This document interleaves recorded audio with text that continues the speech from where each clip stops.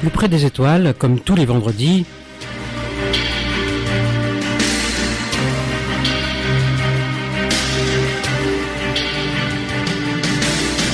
mon premier invité, il s'appelle Ranky. Ranky, vous connaissez Ranky ?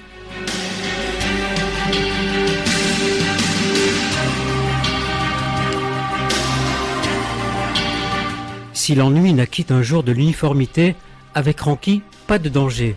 Il écoute, fouine, teste, cherche, se trompe, rectifie, recommence. Ranky, c'est la vie. Et dans ce livre de confidences où l'on retrouve des affaires qui ont défrayé la chronique, dont on se souvient pour les avoir lues dans les journaux, on lui est reconnaissant de bien vouloir nous prendre par la main pour nous emmener avec lui de l'autre côté du miroir. Parce que ce que Ranky nous raconte, on ne risque pas de l'avoir vu, entendu ou lu d'ailleurs. Les médias sont trop pressés pour donner du temps au temps et à Ranky.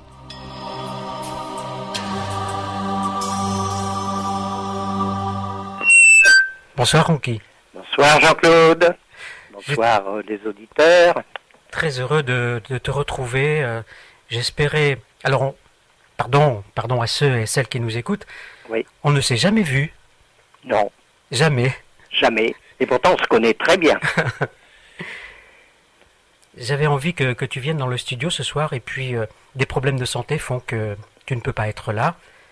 Oui, mais enfin je ne suis pas très loin quand même. Hein. Physiquement tu n'es pas là, mais par la voix tu es là. Bonsoir, Voilà. Une fois de plus. Et je suis content de t'accueillir sur Radio Ici et Maintenant. Et moi je suis très heureux d'être sur Ici et Maintenant. C'est une radio que j'aime beaucoup. Parce que nous parlons de choses qui n'ont pas l'habitude d'être expliquées.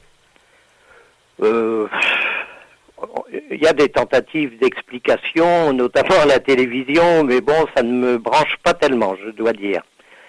Voilà, tout simplement. Je préfère nettement parler comme cela avec toi et sur de telles radios. Et avec les auditeurs dans un moment. Ah ben oui, avec plaisir. Qu'est-ce que tu foutais sur le pont Alexandre III il y a quelques mois? Ah, qu'est-ce que je fabriquais sur le pont Alexandre III? Oui.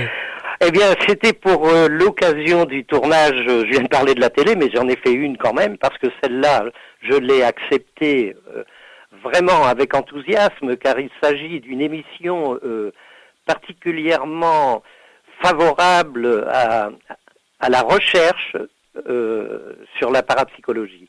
Et donc, c'est une émission qui a été tournée à l'origine pour Envoyé spécial.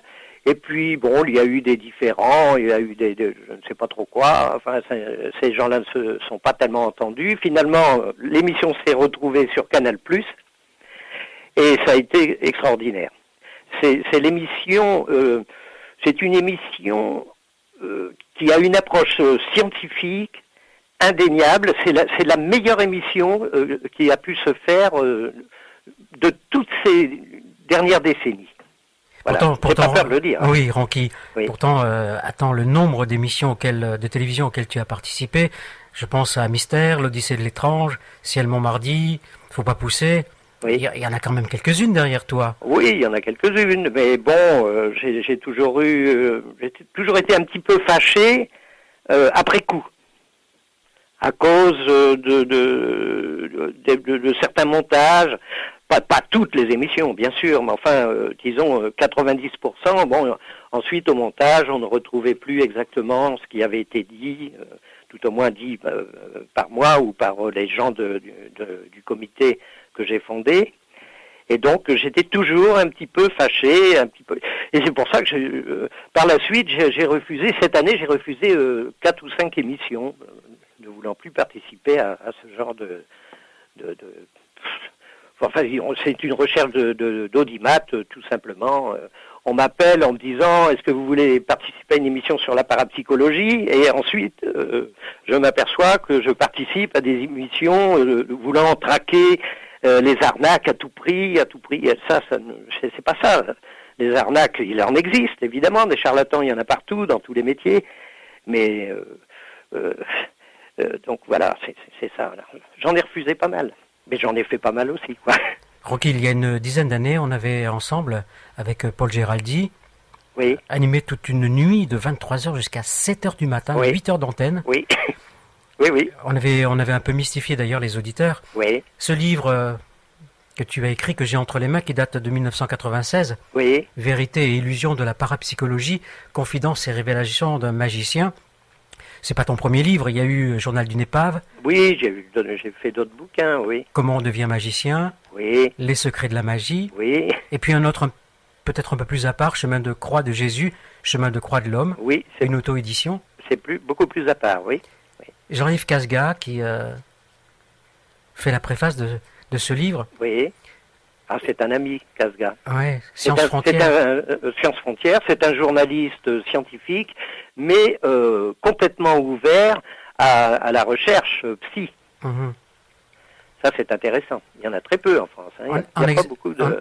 On exerce du livre Malheur à celui par qui le scandale arrive. Oui, L'évangile selon saint Matthieu, chapitre 18, verset 7. oui, Et tu rajoutes, avec beaucoup d'ironie, Malheur à celui par qui le scandale n'arrive pas. Vladimir Vankelevitch, philosophe. oui.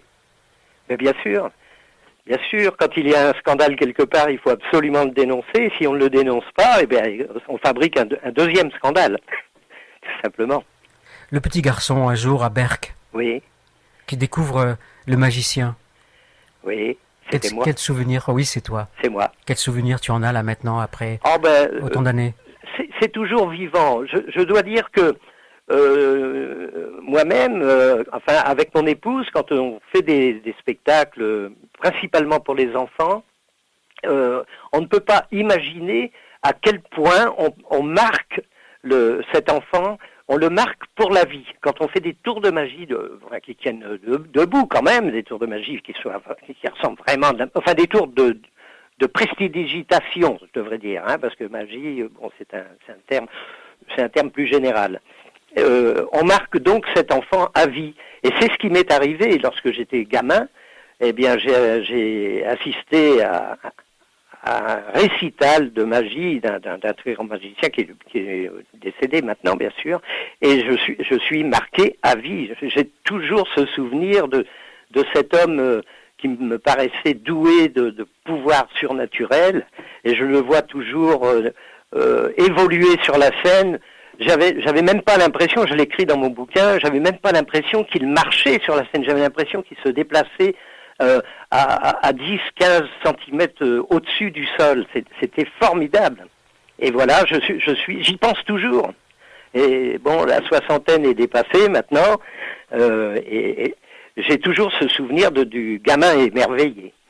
C'est resté un souvenir d'enfance très présent. Ah, c'est très présent. Et puis bon, ça a motivé comment Ta vocation? Oui, vocation, c'est peut-être un... Ah oui, allons-y, vocation. Voilà, c'est vrai. Ranky, en 1976, tu crées le comité d'expertise et d'expérimentation, le CIEEPP. Ah oui, ça veut rien dire comme ça. Hein. Mais enfin, si on détaille, on obtient un comité illusionniste d'expertise et d'expérimentation des phénomènes paranormaux. Voilà. C'est-à-dire, on a fondé avec, je suis pas tout seul, hein, on était une vingtaine de magiciens. Au début, on était 7 ou 8. Et maintenant, nous sommes pratiquement toujours une vingtaine de magiciens qui nous déplaçons pour tester des gens qui sont victimes quelquefois de phénomènes qu'ils n'arrivent pas à expliquer. Alors ils nous appellent et on vient voir de quoi il s'agit exactement. Toi, Ranky, est-ce que tu es convaincu de l'existence des phénomènes paranormaux? Oui, bien sûr, parce que bon, évidemment... Je sais pas pourquoi je te pose cette question. Oui.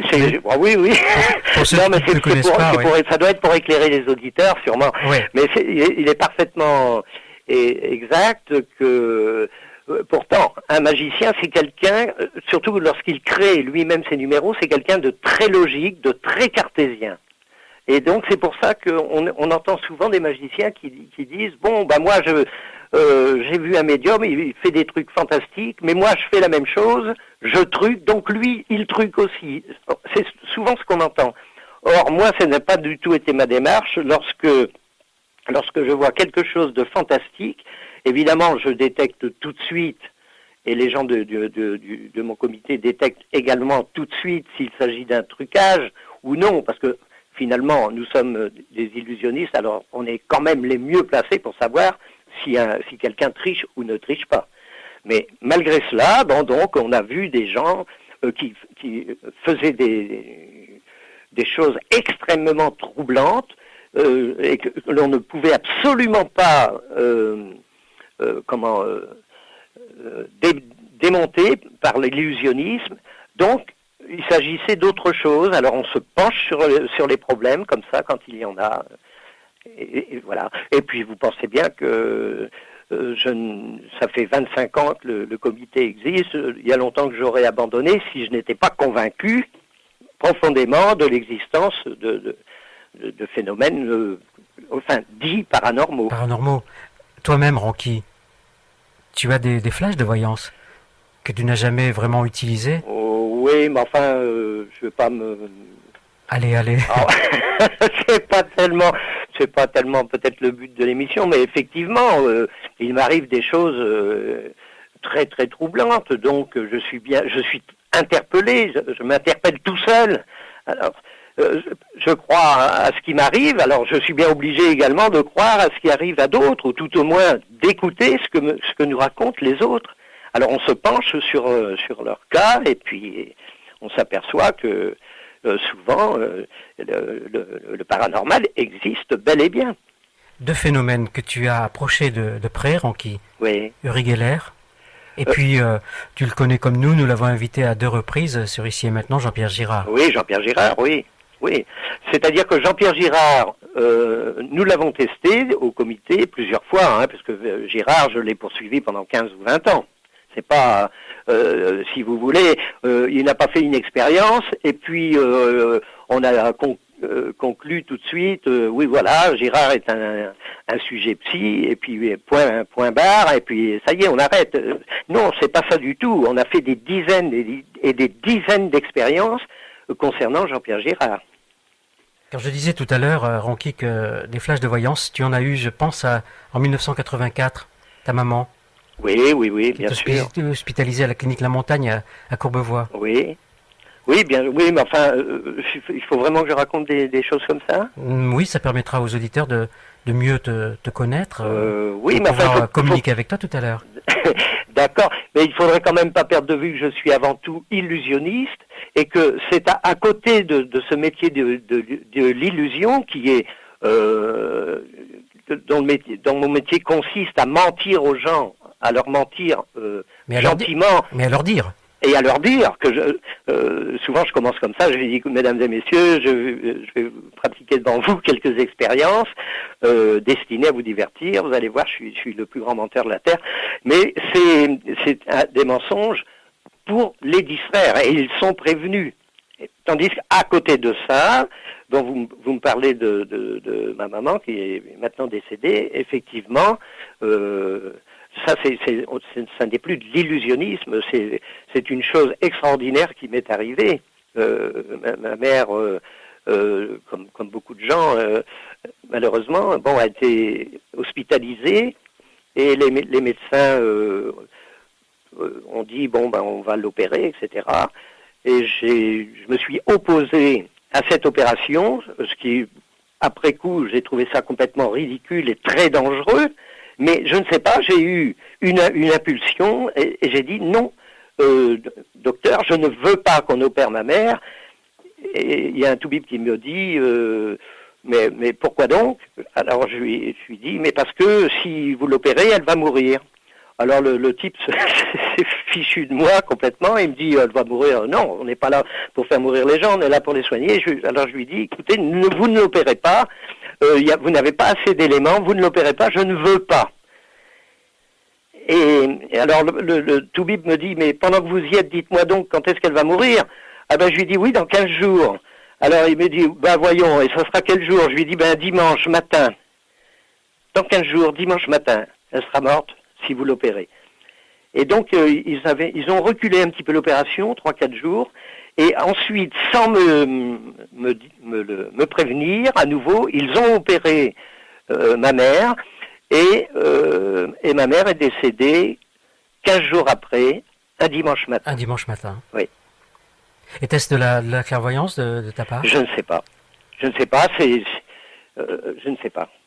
C'est un flash que j'ai eu, je ne peux absolument pas expliquer. D'ailleurs, il y a beaucoup je ne me prends pas du tout pour un voyant, hein.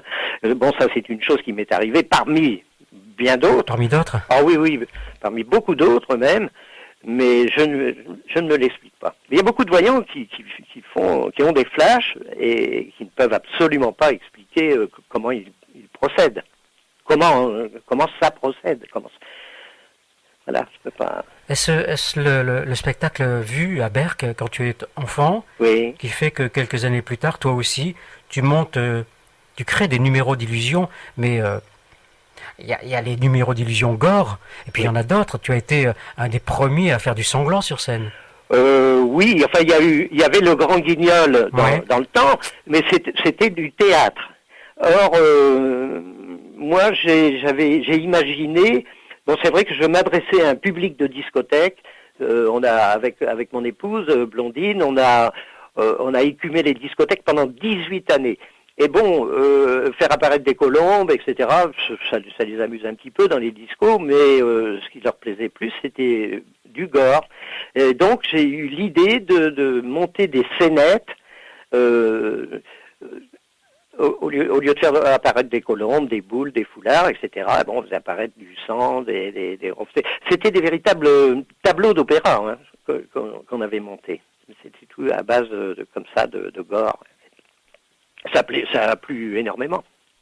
Je me souviens t'avoir vu sur scène, mais il y a très très longtemps. Ah bon? Quoique, on va pas dire il y a très très longtemps. Ah bon non, hein. Non, faut pas exagérer. Ah bah non, parce que surtout on peut encore me voir, hein. De temps en temps, j'ai levé un petit peu le pied, mais bon. Alors toutes ces aventures que oui. tu vis dans le monde de l'illusion, oui. Tu t'intéresses un jour un peu plus près à ce qu'on peut appeler, tu l'as dit il y a quelques instants, aux arnaques. Oui, oui, bien sûr. Qu'est-ce qui t'a fait aller dans ce milieu? Dans ce milieu de... Qui t'a demandé? Oh, mais personne. C'est-à-dire que il y a eu une équipe de scientifiques très courageux. Et c'est rare en France, hein, parce que les scientifiques, ils ont peur pour leur place. Dès qu'on leur parle de paranormal, ils font marche arrière. Et bien, il y avait quand même une équipe qui était extrêmement courageuse. Et le premier physicien, et qui était directeur de recherche d'ailleurs au centre technique de l'aluminium, chez Péchinet, qui s'appelait Monsieur Charles Crussard. C'est un physicien, un monsieur extrêmement courageux, et il a eu l'idée de tester des gens. Il a eu plusieurs médiums, mais notamment le principal qui est Jean-Pierre Girard, et il a eu l'idée de vouloir le tester en labo. C'était formidable. Et comme il avait certainement un petit peu peur d'une arnaque, hein, ou d'une fraude quelconque, il avait demandé à ce que plusieurs magiciens soient convoqués lors de ses expériences en labo. Alors qu'il n'y avait pas que des magiciens. Il n'y avait pas que des magiciens, mais ce que je veux dire, parce que tu me demandes comment j'en suis venu là. Ouais. Donc j'ai répondu la première fois à Monsieur Crussard, et on avait convoqué peut-être 10 magiciens, ou même plus, tous ceux qui voulaient venir assister à ces expériences expérimentation en labo, pouvaient venir. Or, j'ai été le seul magicien à me déplacer. Et ça m'a foutu en colère, hein, ce truc-là. J'ai dit, mais comment ça se fait? Tous les magiciens, surtout à l'époque, lorsque Uri Geller sortait, on le voyait beaucoup, tous les magiciens étaient en colère, ils disaient, mais c'est du bidon, ça n'existe pas, etc.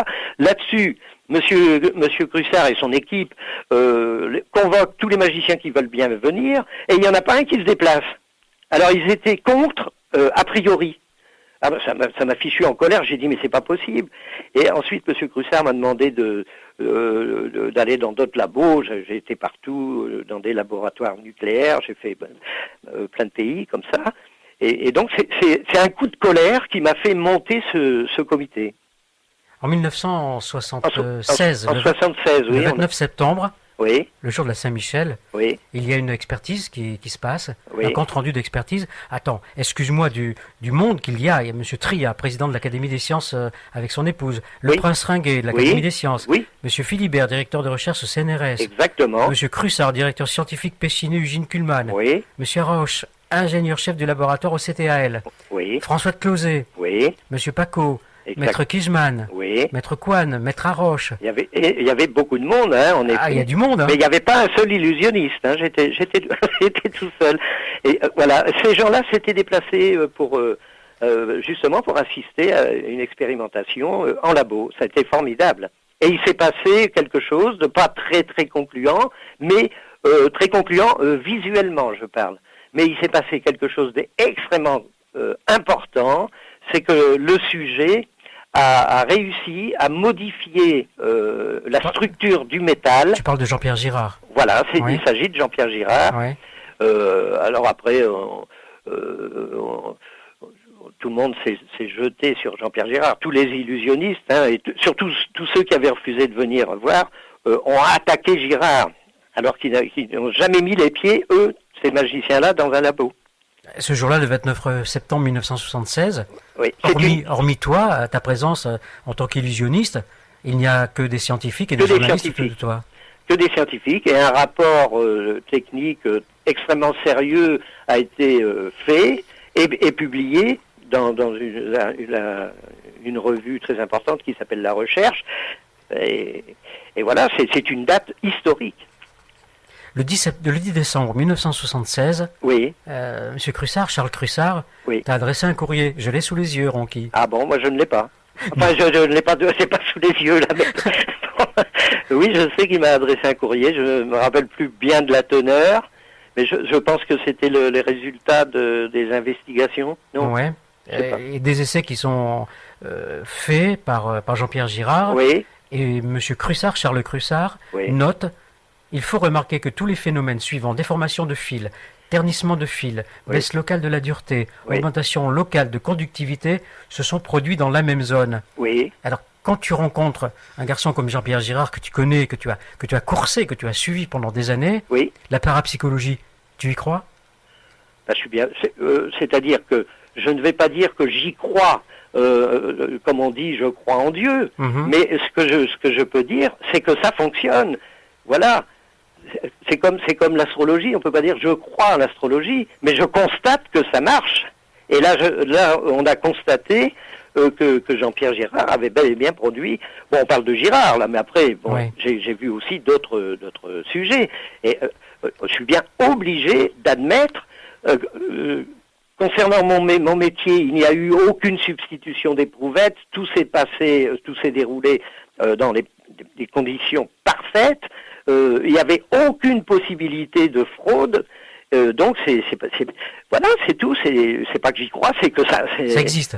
Ça existe et c'est tout. Bon, alors évidemment, il y a tout un tas de charlatans qui se greffent autour de ça. C'est une mine d'or, hein, la parapsychologie pour les truands, quoi.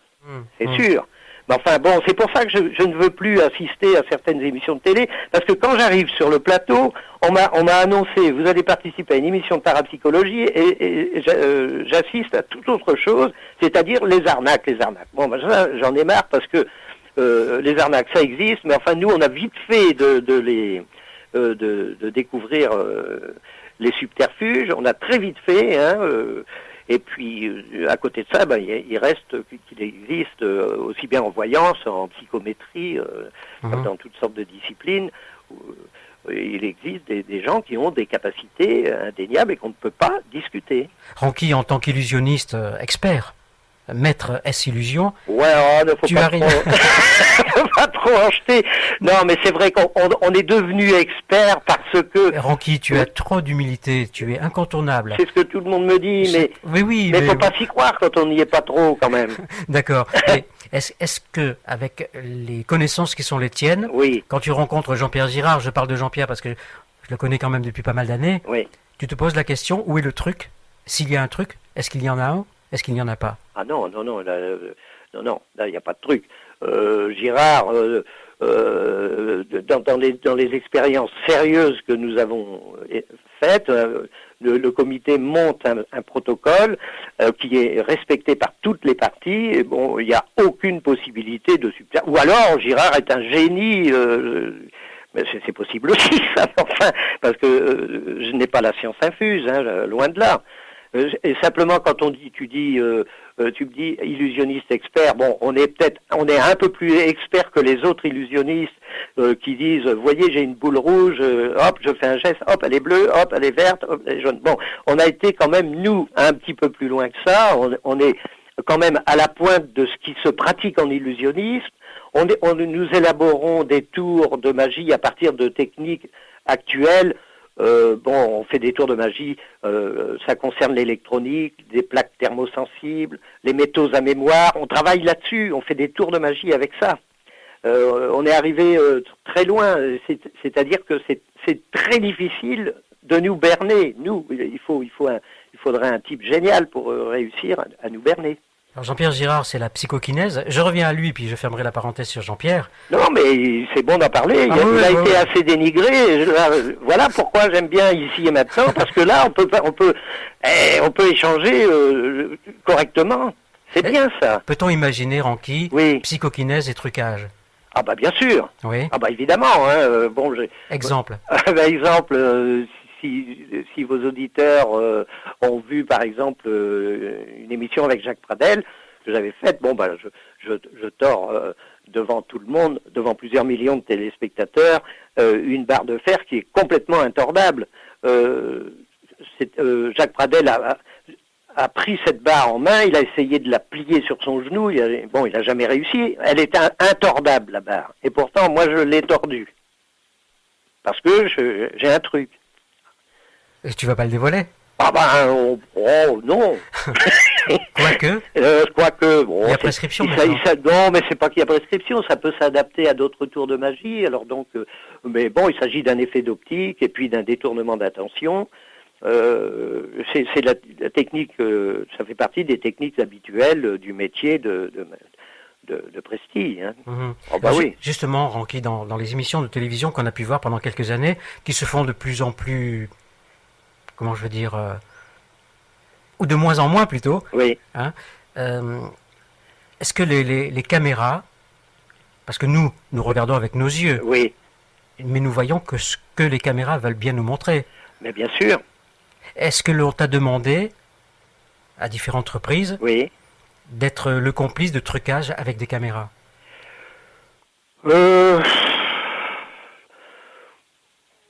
Carrément non. Non, on m'a pas demandé d'être le complice. Non, j'aurais pas voulu accéder à ce genre de demande. Par contre, je peux dire que avec l'habitude un petit peu de la télé, je suis pas une vedette, loin de là, mais enfin j'ai pris l'habitude. Et puis même en scène, hein, on sait comment se placer, on sait devant le public si on doit se mettre de droit, de travers, sur le côté, etc. J'ai déjà utilisé, je sais pas comment expliquer ça. Par exemple, j'ai fait une émission avec Augier, Sylvain Augier, où je dévoile un trucage des chirurgiens à main nue. Hein, ces médecins qui prétendent... C'est philippin, oui. Ouais, les Philippins qui prétendent opérer des gens, enlever des tumeurs, sans bistouri, sans appareil, juste avec leurs doigts.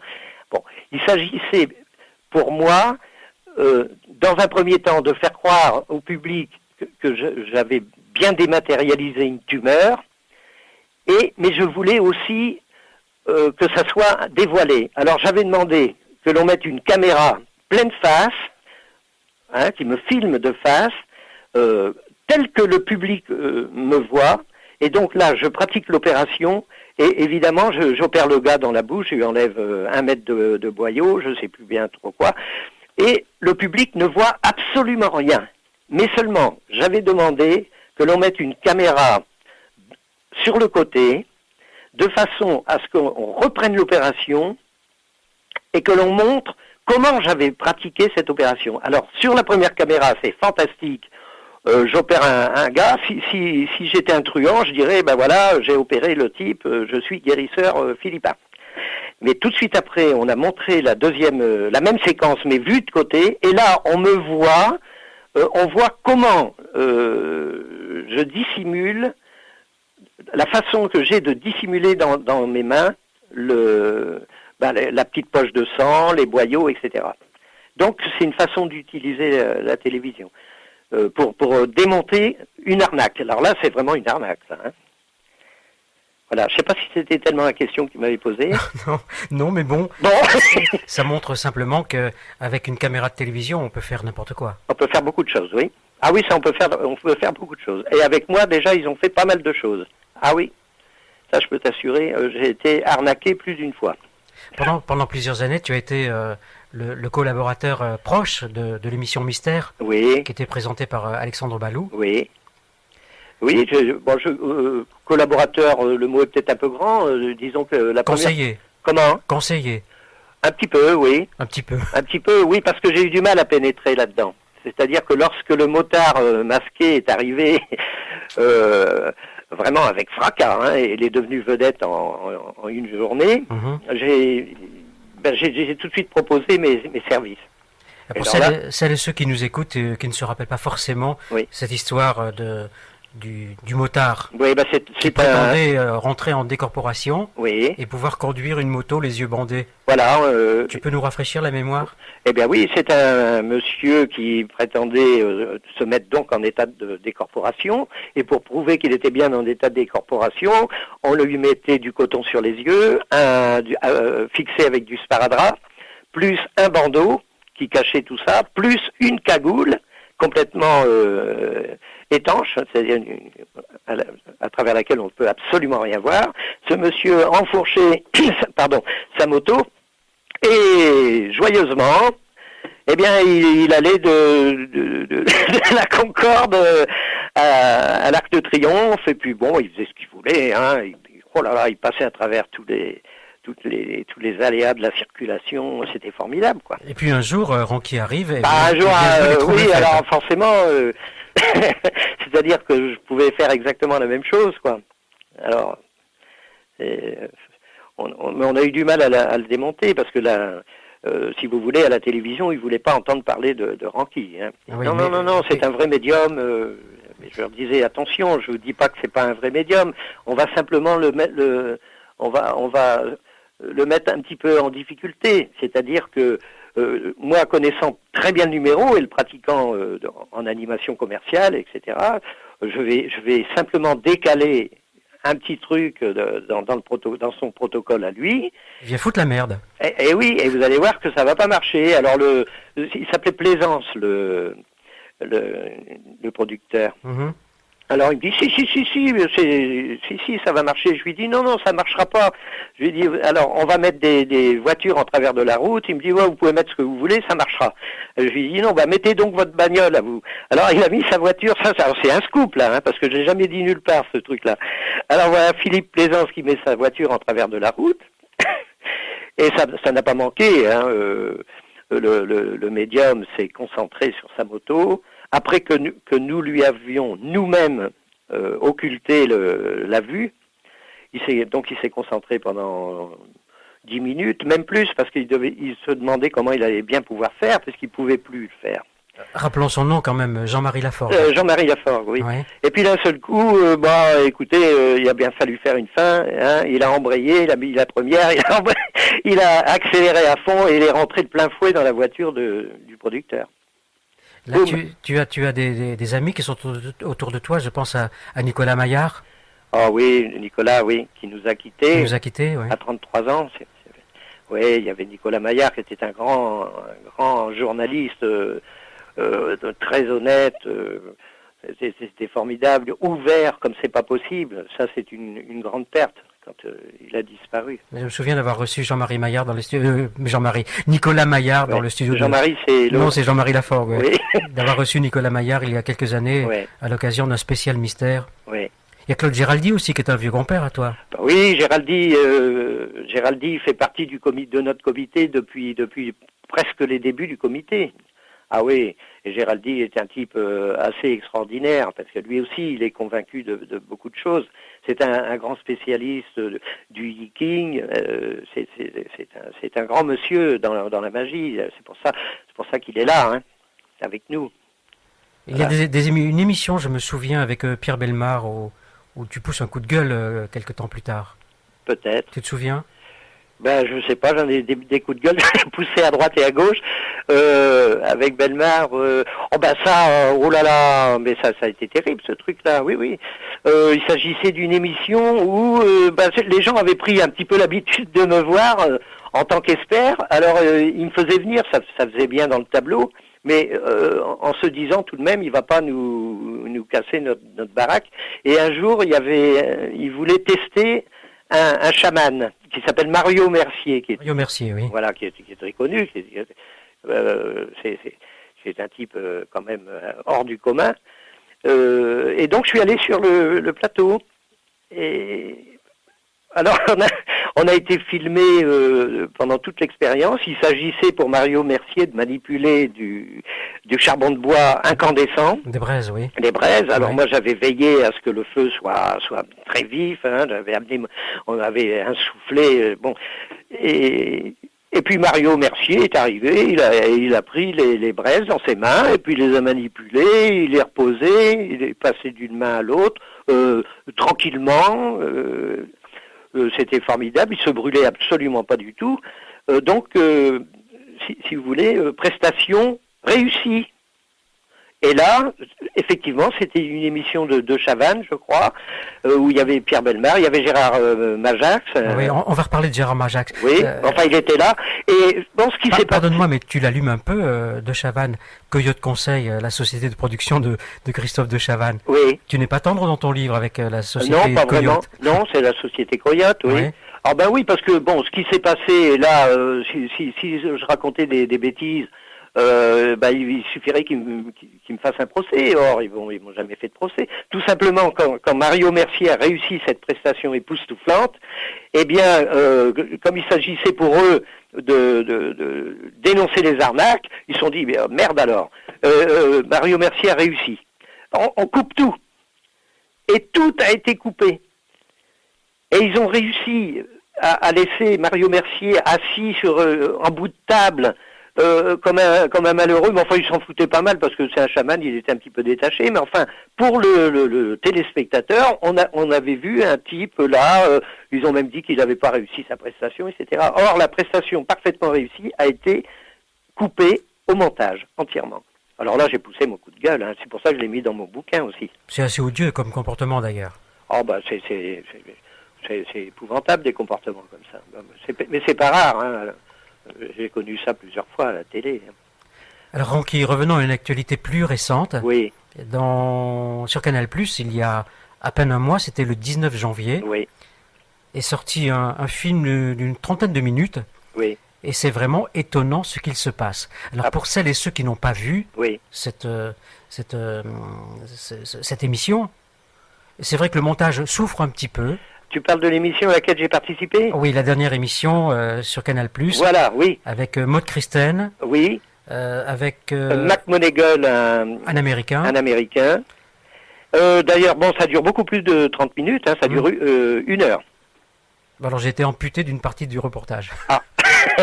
C'est pas grave. Ça dure 1 heure, et c'est véritablement le film qui a la meilleure approche du paranormal. C'est une approche qui se veut objective, c'est très bien fait. Le grand reporter qui a commis ce film s'appelle Marie-Monique Robin, on peut quand même, faut la citer parce qu'elle a fait un travail, en plus c'est très courageux parce que bon, elle va être dénigrée, on va lui taper dessus. Hein, qui a coécrit un livre qui s'appelle Le Sixième Sens. Pardon ? Qui a coécrit un livre qui s'appelle Le Sixième Sens, que j'ai là sous les yeux. Ah oui ? Ouais. Oui, je sais qu'elle a écrit ce bouquin, je l'ai fait. Avec Mario Varvoglis. Oui, avec Mario Varvoglis, oui, qui est le président de l'IMI, c'est-à-dire l'Institut Métapsychique International. Alors on te voit sur le pont Alexandre III, aux côtés de Mario Varvoglis. Oui, c'est pour ça que tu me demandais ce que je foutais là-bas. Ben oui. Tout simplement, il s'agit d'une expérience dont j'ai entièrement monté le protocole. entièrement pas tout seul, hein, parce qu'on on travaille dans le comité, je suis pas tout seul. Et il s'agissait donc de tester Maud Christen, qui est quand même déjà qui est une célèbre voyante, et Mac Monegal, qui est un voyant américain. Et donc, voilà pourquoi je me suis retrouvé sur le pont Alexandre III, tout simplement, parce que je me suis assis en face de Maud Christen. Maud Christen avait un papier et un crayon. Alors ça, c'est l'expérience la plus troublante, je crois, que j'ai vue presque de toute mon existence. Elle avait une feuille de papier, un crayon. Elle a commencé à dessiner et à parler, toute seule. On ne lui avait rien demandé, on lui avait simplement demandé de prédire quelque chose. Alors elle s'est mise à parler, elle s'est mise à dessiner. Ensuite, lorsqu'elle a eu terminé, que les images ont été enregistrées ainsi que sa voix, c'est à ce moment-là seulement que j'ai tiré au sort, parmi 25 enveloppes, j'ai tiré au sort avec une roulette, comme dans les casinos, j'ai lancé la boule, et il y avait 25 enveloppes, et la boule s'est arrêtée sur le numéro 16. Je signale d'ailleurs à tous les contestataires que tous les rushs de l'émission, de cette émission sur Canal+, sont à la disposition des contestataires. Tous les rushs sont là, ils sont numérotés, datés, et les horaires sont inscrits dans la bande magnétique.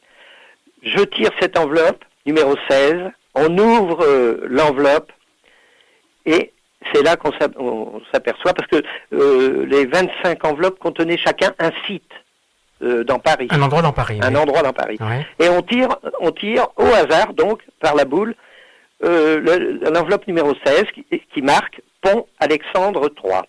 Et c'est pour ça qu'on s'est rendu sur le pont Alexandre III. Et j'avais évidemment pris ce qu'avait dessiné Maud Christen, et Maud Christen avait dessiné tous les alentours du pont Alexandre III. Alors qu'elle ne pouvait pas savoir. Elle ne pouvait pas savoir, elle ne savait même pas de quelle expérience il s'agissait. Ouais. C'est absolument extraordinaire.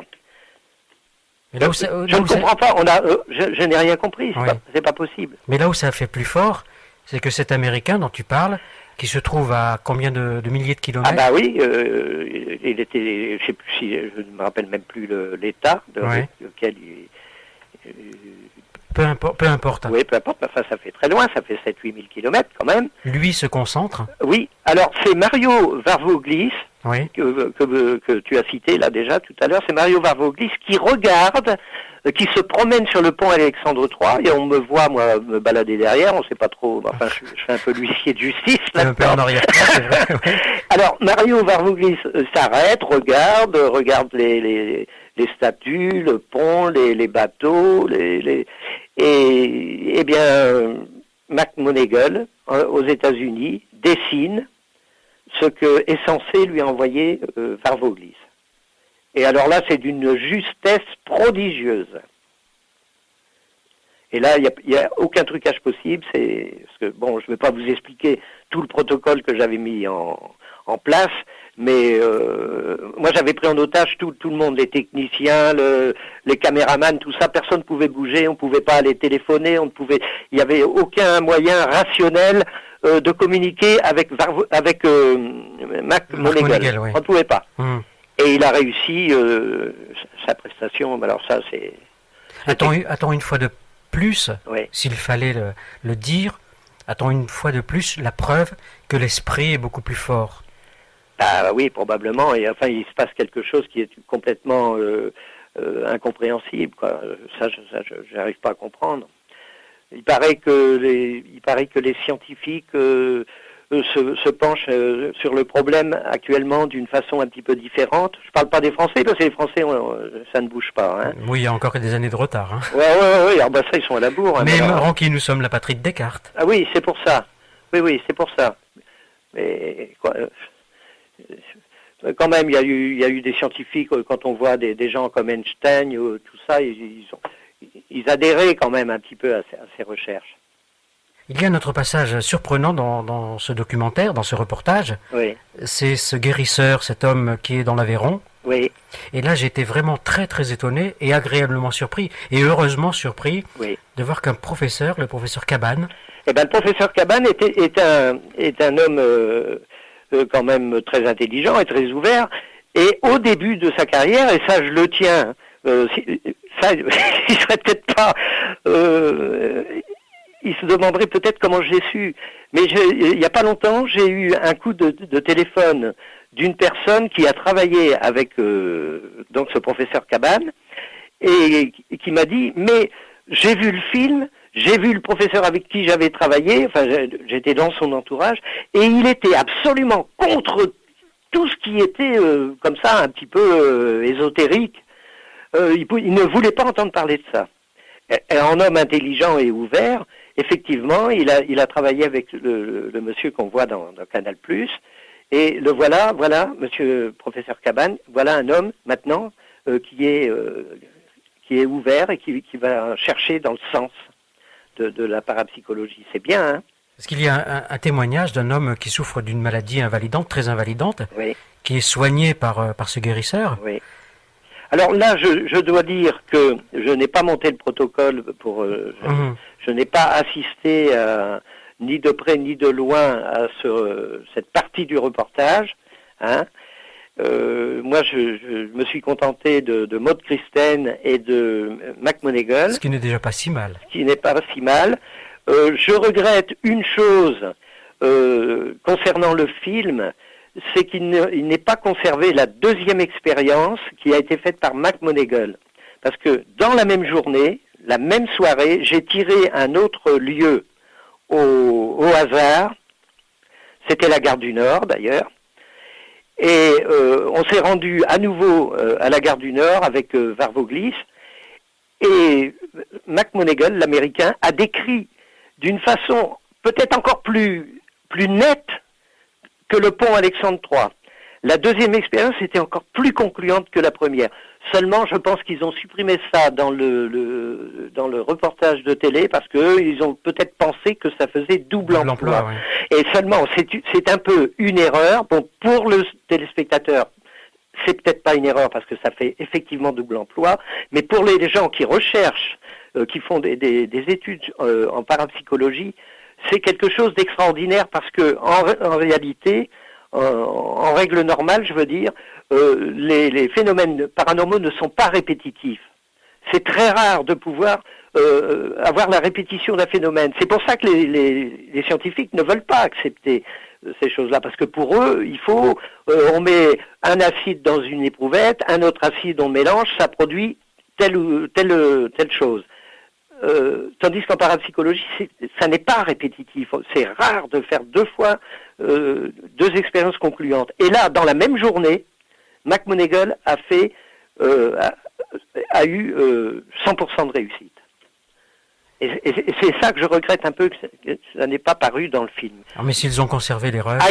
Tous les rushs sont conservés. Ouais. C'est un film qui est absolument irréprochable. On ne peut pas, autant dans plein d'émissions, on a vu un tas d'individus, de zigotos, qui venaient là pour dire « Ouais non, mais c'est bidon, j'en fais autant, moi je vais vous montrer comment ça existe, comment ça se pratique, comment on fait. » Là, c'est impossible. Le film est complètement irréprochable. C'est clair, c'est net, c'est formidable. Marie-Monique Robin a fait là un travail fabuleux, ce qui va lui coûter cher, mais c'est fabuleux. Pourquoi ça lui coûterait cher? Parce que tout le monde va lui tomber dessus. C'est déjà fait. Elle est passée avec Patrick Poivre d'Arvor. Bon, je ne sais pas quels sont les tenants et les aboutissants de ce qui est arrivé en cours d'émission, mais Marie-Monique a été, on l'a plus ou moins écartée. Voilà. Je sais pas. Je peux pas en parler parce que je ne sais pas exactement ce qui s'est passé. Donc, mais je sais qu'elle elle connaît et elle va connaître un tas d'ennuis, mais c'est très bien. Je l'encourage à continuer. Tu es très optimiste, Ronki. Il nous faut des gens comme ça, Dis-moi, oui. Toi, après toutes ces années passées au service de la magie, de l'illusion, oui. Et puis à aller, à l'affût des arnaques possibles, oui. Comment se fait-il qu'il y ait encore besoin de montrer toujours qu'il y a des preuves. Bah oui. Parce qu'en se mettant à la place de Maud Christen et d'autres, bah oui. Pourquoi faut-il toujours prouver? Bah ça ne se pratique pas dans d'autres pays. Moi j'ai fait bien des pays. J'étais les pays latins, oui, il faut des preuves. Mais bon, aux États-Unis, moi j'étais en Amérique du Nord ou même en Amérique du Sud aussi. Non, les gens font des expériences. On n'a pas besoin de prouver. Oui, c'est vrai. On demande. C'est en France, hein, on demande des preuves. Est-ce qu'il a triché? Est-ce qu'il n'a pas triché? Bon. En réalité, comment je pourrais dire ça? La personne qui est dotée de facultés paranormales est réticente à ce que l'on pénètre dans son âme, parce que c'est une affaire intime. Quand quelqu'un arrive à produire quelque chose, c'est très intime, ça se passe en lui. Et, il n'a pas besoin de... Il n'a pas besoin de preuves, ni de confirmation, il n'a pas besoin d'un encouragement, il n'a pas besoin de reconnaissance. Celui qui produit des phénomènes se méfie même des explications scientifiques. Il est sûr de lui, il produit ses expériences. C'est pour ça que nous, dans notre comité, on a des gens qui sont absolument fantastiques. Il y a eu un moment, j'allais tomber dans le travers de vouloir les faire venir dans des émissions, etc. Ben non. D'ailleurs, ils ne veulent pas venir parce que, bon, bah pour eux, ils sont comme ça et ils produisent des phénomènes où ils n'ont pas du tout, ils n'ont rien à prouver. Eux n'ont rien à prouver. Dans cette profession de magicien, d'illusionniste, il y en a un qui m'énerve. Oui. C'est pas Garcimore, non. Je l'aimais bien, lui. Non, c'est un mec qui a un nom je dis, il y en a un qui m'énerve dans la profession. Ah oui, oui. C'est pas Garcimore, hein. C'est pas Garcimore. Non, parce qu'il était tout gentil, plein d'amour, etc. Ouais. Il y en a un qui porte un nom d'une poudre à récurer, Majax, je crois. Ouais. Qu'est-ce qu'il lui a pris à ce garçon de vouloir expliquer à tout prix comment on crée, comment vous créez, vous créez des tours de magie? Je sais pas. Magicien raté?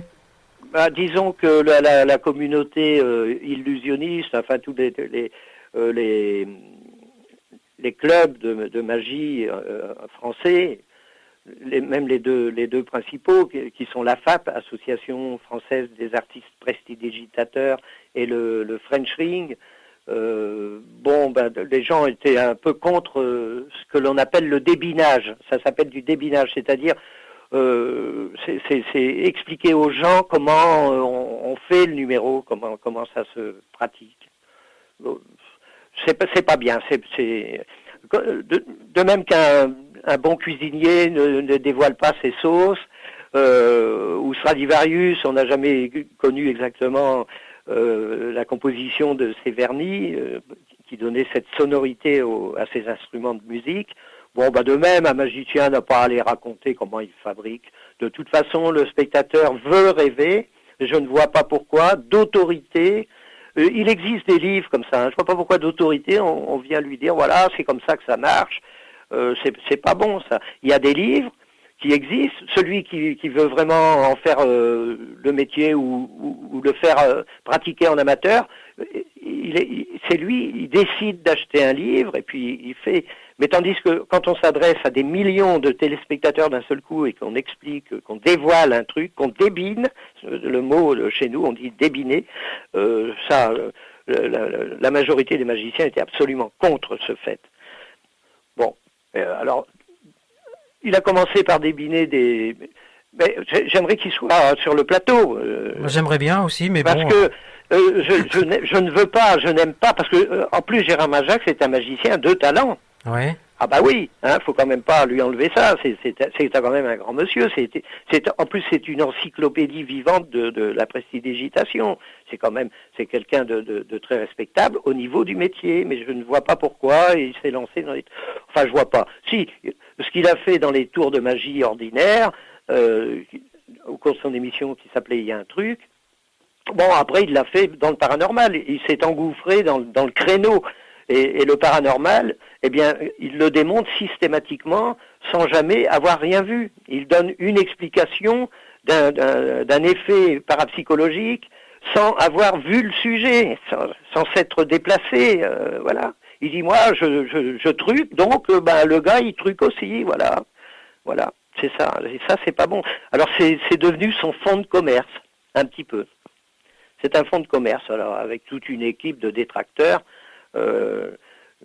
On va pas peut-être rentrer dans des polémiques comme ça. Et en plus, comme il n'est pas là... Il n'est pas là pour répondre, oui. Là, il n'est pas là pour répondre, et c'est pas du tout mon genre de parler derrière les gens. C'est tout à ton honneur, Ranky. Tu parlais de Patrick Poivre d'Arvor tout à l'heure. Je repense à cette histoire, à cette supercherie avec... comment s'appelle-t-il? Assaf Bassam. Assaf Bassam, oui. Oui, alors lui, c'était un monsieur qui joignait les mains dans une prière à la Vierge, et automatiquement, ses mains se mettaient à suinter l'huile. Voilà. Et alors, ensuite, il mettait ses mains, il posait les mains sur des parties malades de gens, parce qu'il y avait ça aussi, hein. Non seulement il faisait apparaître de l'huile, mais avec cette huile qui était miraculeuse, il soignait les gens. Et les gens n'avaient plus mal à la tête, plus mal au dos, plus mal aux pieds, plus mal partout. Autrement dit, il faisait son beurre avec de l'huile. Et il faisait son beurre avec de l'huile. Oui. Parce qu'on s'est aperçu très vite que c'était de l'huile d'olive. Oui, mais c'est vrai que ça a une connotation religieuse, hein, l'huile d'olive. Bon, mais enfin, on l'a coincé aussi. Et c'est la caméra de Jean-Yves Casga. Oui, c'est la caméra de Jean-Yves Casga. C'est-à-dire que je m'étais rendu... Majak s'était rendu déjà, au départ, chez Hassan Bassaf, chez son patron plutôt. Et évidemment, Majak était précédé d'une notoriété fantastique. Donc, ils se sont méfiés. De lui. Et ce jour-là, il n'y a pas eu de miracle. Tandis que moi, en agissant comme un flic un peu, c'est la télévision américaine qui a fait ça au départ.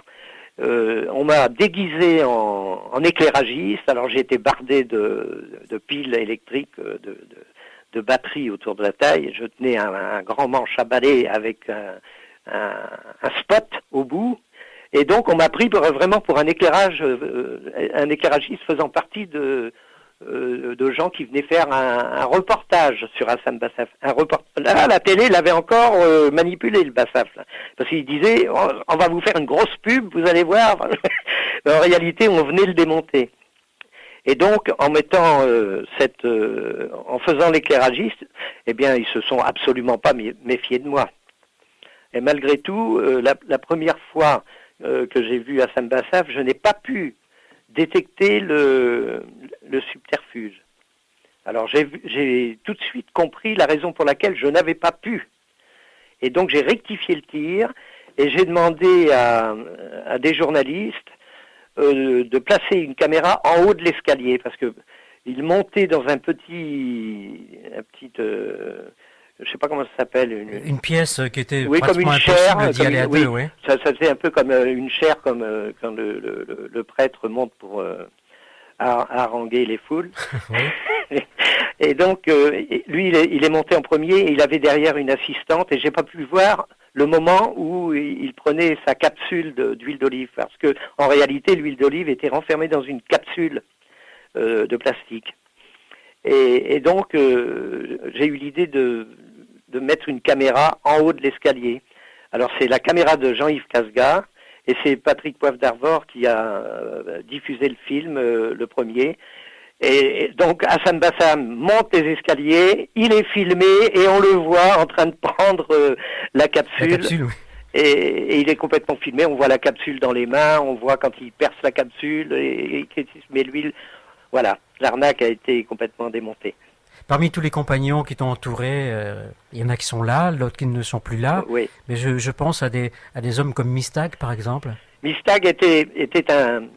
Alors lui, c'est un type extraordinaire au niveau de la magie. C'était un très très grand magicien. Et en plus, il faisait partie de l'Union rationaliste. C'était un homme extrêmement rationnel. Mais il m'aimait beaucoup. Et lui aussi ne pouvait pas accepter que l'on puisse déplacer des objets à distance, il ne pouvait pas accepter que la voyance existe, il n'acceptait pas l'astrologie, il n'acceptait rien du tout. Rien. rationaliste pur et dur. Mais comme j'étais très copain avec lui, je lui ai dit, écoute, mon cher Mistag, viens, ne fais pas comme certains qu'on a invités qui ne viennent jamais, viens assister à quelques expérimentations. Il est venu, il a vu, et il était beaucoup moins rationaliste après. Malheureusement, Mistag est décédé. Vous voulez que je vous raconte sa mort? Mistag a fait toute sa vie des numéros de feu. Et la veille, ou 2-3 jours avant... tu m'entends là? Oui, je t'entends, Rocky. Oui. La veille... Je t'écoute surtout. Oui. Donc il a fait toute sa vie des numéros de feu. Il mangeait du feu, pas seulement cracheur de feu, comme on peut le voir sur les foires. Non, il mangeait du feu. Il faisait... Bon, c'est tout un numéro de trucage, bien sûr, mais c'était extrêmement bien fait. Et toute sa vie, il a fait un numéro de feu. Et un jour, en sortant... ah oui, alors il est venu 2-3 jours avant, chez moi, et il m'apporte un objet à réparer. Parce que je fabriquais des objets pour Garcimore, justement, pour différents artistes. Et il est venu me faire réparer un objet. Et cet objet, il fallait le souder. Alors, j'ai pris l'objet, je l'ai mis sur ma terrasse, là, dans mon pavillon. Et j'ai allumé mon chalumeau, parce qu'il fallait ressouder quelque chose. Et il détournait les yeux. Alors je lui dis, mais qu'est-ce qu'il y a, t'as mal aux yeux? Il dit, non, mais c'est marrant, le feu, ça me fait drôle quand je vois le feu qui sort de l'appareil, là. Je lui dis, mais non, c'est rien. Il dit, ah non, mais il dit, je ne supporte pas. Qu'est-ce que ça veut dire, je ne supporte pas. Et il s'en va faire un gala, et en sortant du gala, il brûle un feu rouge, il rentre dans un camion-citerne, rempli d'essence ou de je sais pas trop quoi, de gasoil, je sais pas, et tout prend feu, et Mistag meurt carbonisé. Quelle synchronicité entre la vie et la mort. Voilà, c'est extraordinaire. Et même les restes ont été incinérés, il est au Père-Lachaise. Là. Mais c'est formidable ce qu'il y a eu là. Cette peur du feu, lorsque j'ai réparé son objet, c'était un grand couteau que j'ai réparé, et qui ne pouvait pas supporter ce feu, et qu'il avait fait du feu toute sa vie. Il est très connu pour ça, et qu'il est mort par le feu. C'est une coïncidence, diront les... Mais enfin, il faudrait voir... Coïncidence, diront les sceptiques, synchronicité, diront... Dirait Moisset, par exemple, l'auteur d'un bouquin... Ah oui, Jean Moisset, oui, voilà. que j'ai reçu il y a quelques mois. Voilà. Au mois d'août, d'ailleurs. Bon. C'est très chaud dans le studio.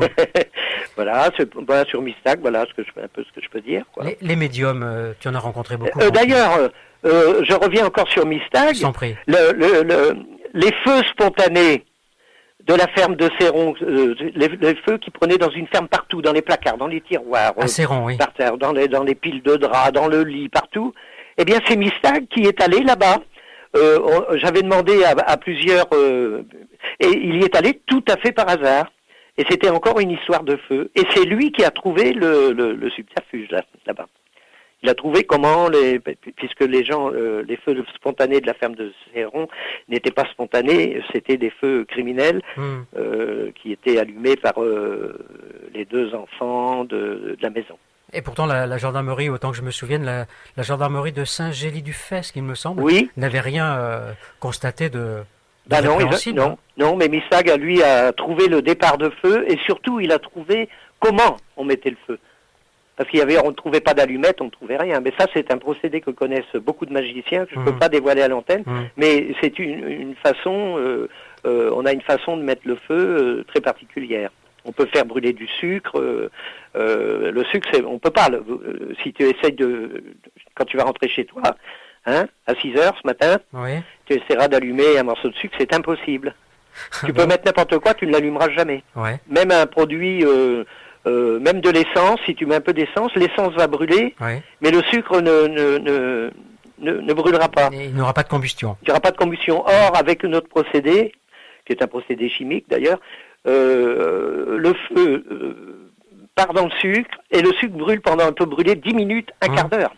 Et donc, on a le temps de mettre le feu à une maison. Je suis en train de penser, ça pourrait être intéressant pour les personnes qui ont froid que vous dévoiliez votre truc. Oui, Oui, mais le sucre, ça fait pas une grande flamme quand même. Hein. Enfin, ça brûle comme un chalumeau. Hein. Est-ce qu'il t'est arrivé de travailler avec des gendarmes sur certaines enquêtes, par exemple? Travailler avec des gendarmes, plus ou moins, oui, j'étais en contact avec des gendarmes. Oui, bien sûr. Bien sûr, parce que ces gens-là, enfin pas tous les gendarmes, mais enfin quelques-uns, on les appelait chaque fois qu'il se passait quelque chose d'un peu... je sais plus où, là dans l'Est, où il y avait les statues qui tombaient dans l'église. Bon, bah, qu'est-ce qu'on fait? On appelle les gendarmes. Hein. Et puis alors, comme la presse, la plupart des médias se précipitent là-dessus pour faire du sensationnel, ça déclenche tout un tas d'envie de gens qui veulent aller là-bas voir les phénomènes paranormaux. Hein. Alors c'est vrai que les gendarmes sont souvent sollicités. Ouais. Oui.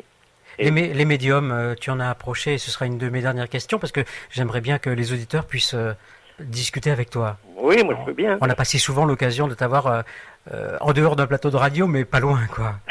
Oui. Tu es plutôt un homme de télévision. Oh. En étant un homme de spectacle aussi. Ah, mais je préfère la radio à la télé. Ah, t'as bien raison. Ah non, mais c'est sincère, hein, je t'assure. Écoute, là, je dis ce que je veux, quand même. Bah non oui. Et je prends la responsabilité de mes paroles. On va pas vous importuner, c'est moi qui parle, là, hein. Bon, je prends toutes mes responsabilités. La médiumnité. La médiumnité, c'est, je crois, quelque chose qui te préoccupe sans te préoccuper. Bah, c'est-à-dire à chaque fois qu'on a l'occasion de voir un sujet, et Dieu sait s'il y en a, c'est les détracteurs qui disent qu'il y en a pas, ou quand ils en trouvent un, ils disent que c'est bidon, ou alors même des vrais. Il est passé des vrais médiums à la télévision dans des émissions merdiques, et donc on fait tout pour les démonter. C'est épouvantable, ça. Ah ouais. D'ailleurs, à propos de médium, je voudrais dire simplement là au passage que là tu es sur l'antenne de Radio Ici et Maintenant, par le biais du téléphone, mais dimanche 15 février, à 15h, au 15 rue Jean-Jacques Rousseau. Oui. Tu vois, vous avez multiplié les 15, hein. Oui, bah 15 février, 15h, 15 rue Jean-Jacques Rousseau, à la salle Psyché. Oui. Si celles et ceux qui t'écoutent veulent te rencontrer, ils pourront venir t'écouter avec notre ami commun Jacques Mandorla. Ah oui. Avec Pascal Maïus. Oui. Avec Henri Vigneault, que tu connais aussi. Oui. Voilà des gens très, très sérieux avec qui on a plaisir à travailler. Je n'ai qu'une peur, c'est que ces deux personnes, Maïus et l'autre, se laissent embarquer dans des émissions. Je crois pas.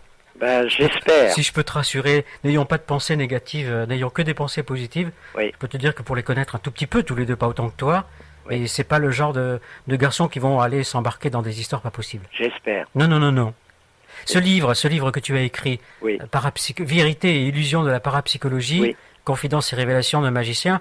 Bon, c'est pas un livre qui est sorti ni hier ni avant-hier. Non, il date de 96. 96, oui. Oui, il a 7-8 ans, mais il est toujours d'actualité. On peut dire que c'est un livre de fond.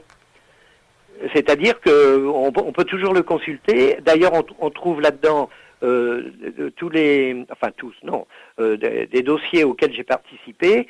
Et je ne fais aucune théorie, ce sont des choses auxquelles j'ai participé, que j'ai vues. Et donc, tout ça, c'est du réel. Voilà. Ça, je mets un point d'honneur à dire ça. Est-ce que ce livre, on le trouve encore? J'ai la chance de l'avoir, tu me l'as envoyé. On le trouve, non, il n'y en a plus, il est épuisé. Moi, il m'en reste peut-être 50 exemplaires, évidemment. Écoute, ce que je te propose, c'est comme nous avions fait avec Jean-Pierre Girard quand il est venu dans Plus près des étoiles et quand il est venu avec Didier dans l'émission du mardi soir, la vague d'OVNI. On a eu beaucoup de plaisir à le recevoir et à le garder toute la nuit. Lui aussi, il lui restait une cinquantaine ou une centaine d'exemplaires de son bouquin. Et nous avons demandé aux auditeurs s'ils voulaient se le procurer, de rentrer directement en contact avec lui. Oui, bien sûr. On pourra faire la même chose pour toi. Ça me ferait plaisir. Surtout que les gens qui écoutent Ici et Maintenant, et ce genre d'émission, alors là, moi, ça me plaît de leur vendre un bouquin. Parce que je vais te dire quelque chose, ça va peut-être paraître extraordinaire, mais je refuse de le donner comme ça. Il y a des gens qui me disent « Ah, t'avais écrit un bouquin, je peux l'avoir ?» Non, parce que j'en ai trop peu maintenant. C'est pour ça, si j'en avais beaucoup, bien sûr, je suis pas riche, hein, Donc je ne vais pas refuser de vendre des bouquins, mais il m'en reste 50 ou 60, mais pas plus. Donc je vais en garder 3-4 pour moi. Il ne sera pas réédité. Ouais. Tu t'engages simplement à leur envoyer, envoyer les livres à celles et ceux qui t'en feront la demande. Voilà. Tu leur dédicaces. En se référant, oui bien sûr, en se référant d'ici et maintenant, parce que comme ça je leur enverrai par retour du courrier. Ce livre a été publié aux éditions d'Hervy. D'Hervy, oui. Bien, Ronky, je te propose de faire une respiration musicale. Oui, avec plaisir. Je vais libérer une ligne du standard de la radio. Oui. Et celles et ceux qui t'ont rencontré, qui ne te connaissent pas et qui ont peut-être, je dis bien peut-être, des questions à te poser. Oui, on verra bien. Okay, sinon, on peut toujours écrire par l'intermédiaire par ton intermédiaire. Hein. Voilà. Non, mais c'est... Bien, Ronky, je vais donner le numéro du standard de la radio. Oui. Tu ne raccroches pas, je baisse ton micro. Oui. D'accord ? Ronky est sur une ligne et il est prêt à vous répondre.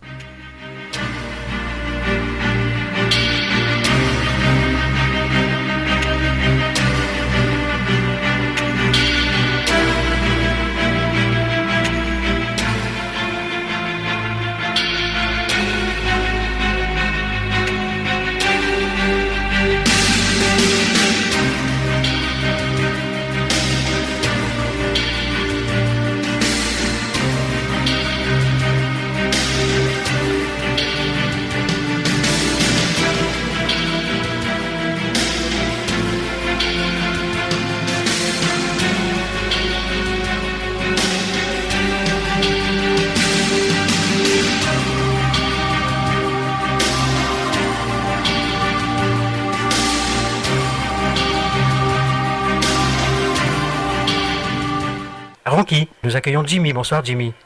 Voilà, alors dans les années 60, je crois que c'est dans les années 67, j'ai connu un magicien qui s'appelait Mystag. Alors je sais pas si c'est le même qu'on parle, peut-être ça doit être lui. Certainement.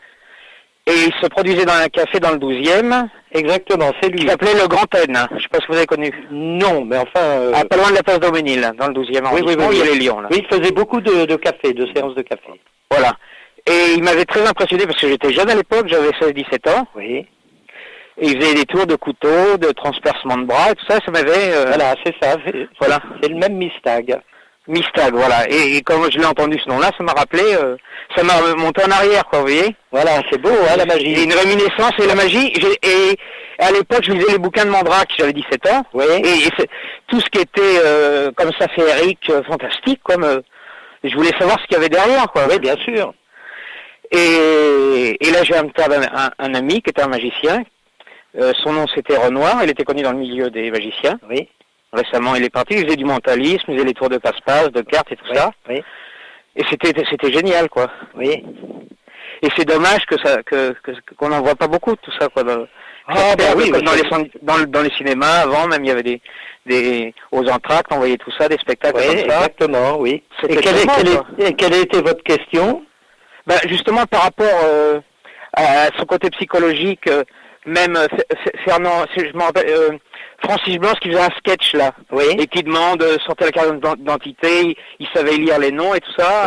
Oui, il faisait ça. Quelques paroles, c'est ça la psychologie, quoi. Avec quelques mots, il savait donner les détails de la personne. Il est brun, il a une petite femme, et ci et ça, quoi. C'est ça qui était beau aussi à l'époque. Oui, on voyait ça, et même il y a l'écriture automatique, il vous disait tout, quoi, vous voyez. Oui. Oui, ça, je pense que ça en fait partie, Rocky, de cette grande magie de l'univers, quoi. Oui, bien sûr. À soulever le voile, quoi, à percer les mystères, les secrets. Bien sûr. Oui. C'est vrai qu'il montrait déjà à l'époque, donc vous parlez de 1967, il montrait déjà à l'époque des imitations de phénomènes paranormaux. Oui, voilà, c'est ça. Il faisait de l'écriture automatique, il faisait donc par trucage, bien évidemment. Et à partir de cette époque-là, je me suis intéressé à la magie. Voilà. Et en vous écoutant à travers vos livres, j'ai étudié, comme tout le monde, on commence par étudier, il n'y avait pas de puce, il y avait tout ça, il y a des magiciens, il y avait des grands mages qui étudiaient les signes kabbalistiques, après des tas de choses, quoi, qui tout se relie en fait, mais chaque chose est différente, c'est compartimenté, quoi, vous voyez. Exactement. Mais c'est un peu comme des caissons qu'on peut transvaser d'un à l'autre, un peu les vases communicants, si je puis dire exactement ainsi. C'est une belle image. Voilà, c'est un peu l'image que je veux donner, voilà. En tout cas, je vous remercie de votre émission et je resterai à l'écoute. Et puis, on le trouve plus alors votre livre, vous dites, il est très on le trouve chez moi maintenant, parce que j'ai racheté le fonds d'édition, voilà, tout simplement. Donc on le trouve, on va pas le trouver longtemps maintenant. Oui, si je pouvais en commander un, ça serait avec joie que je... Jimmy, vous vous adressez à la radio à partir de lundi. Voilà. D'accord. Je vous remercie beaucoup, Jean-Claude. De rien, Jimmy. Voilà, je vous embrasse tous et aux auditeurs, et je continue à vous écouter. Ok. Allez, bonne soirée. Bye bye, à bientôt. Au revoir. Voilà, Ronki. Non, j'ai pas eu de question là quand même. C'est pas une question là. Mais il y a peut-être tout simplement le plaisir de bavarder avec toi. Oui, ça doit être ça. Non, mais enfin, voilà, ce Mistag là, c'est bien. On lui a rendu un petit peu hommage. C'est bien. Bien, nous continuons avec les auditeurs, Ronki. Allez-y.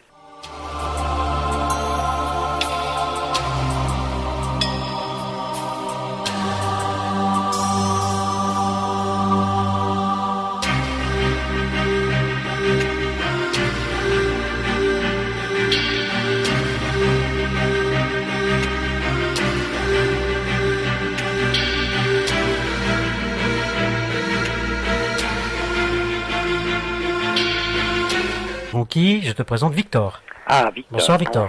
Bonjour. Je suis ravi de vous entendre. Je vous ai souvent vu, mais je vois pas votre visage. C'est pas très grave.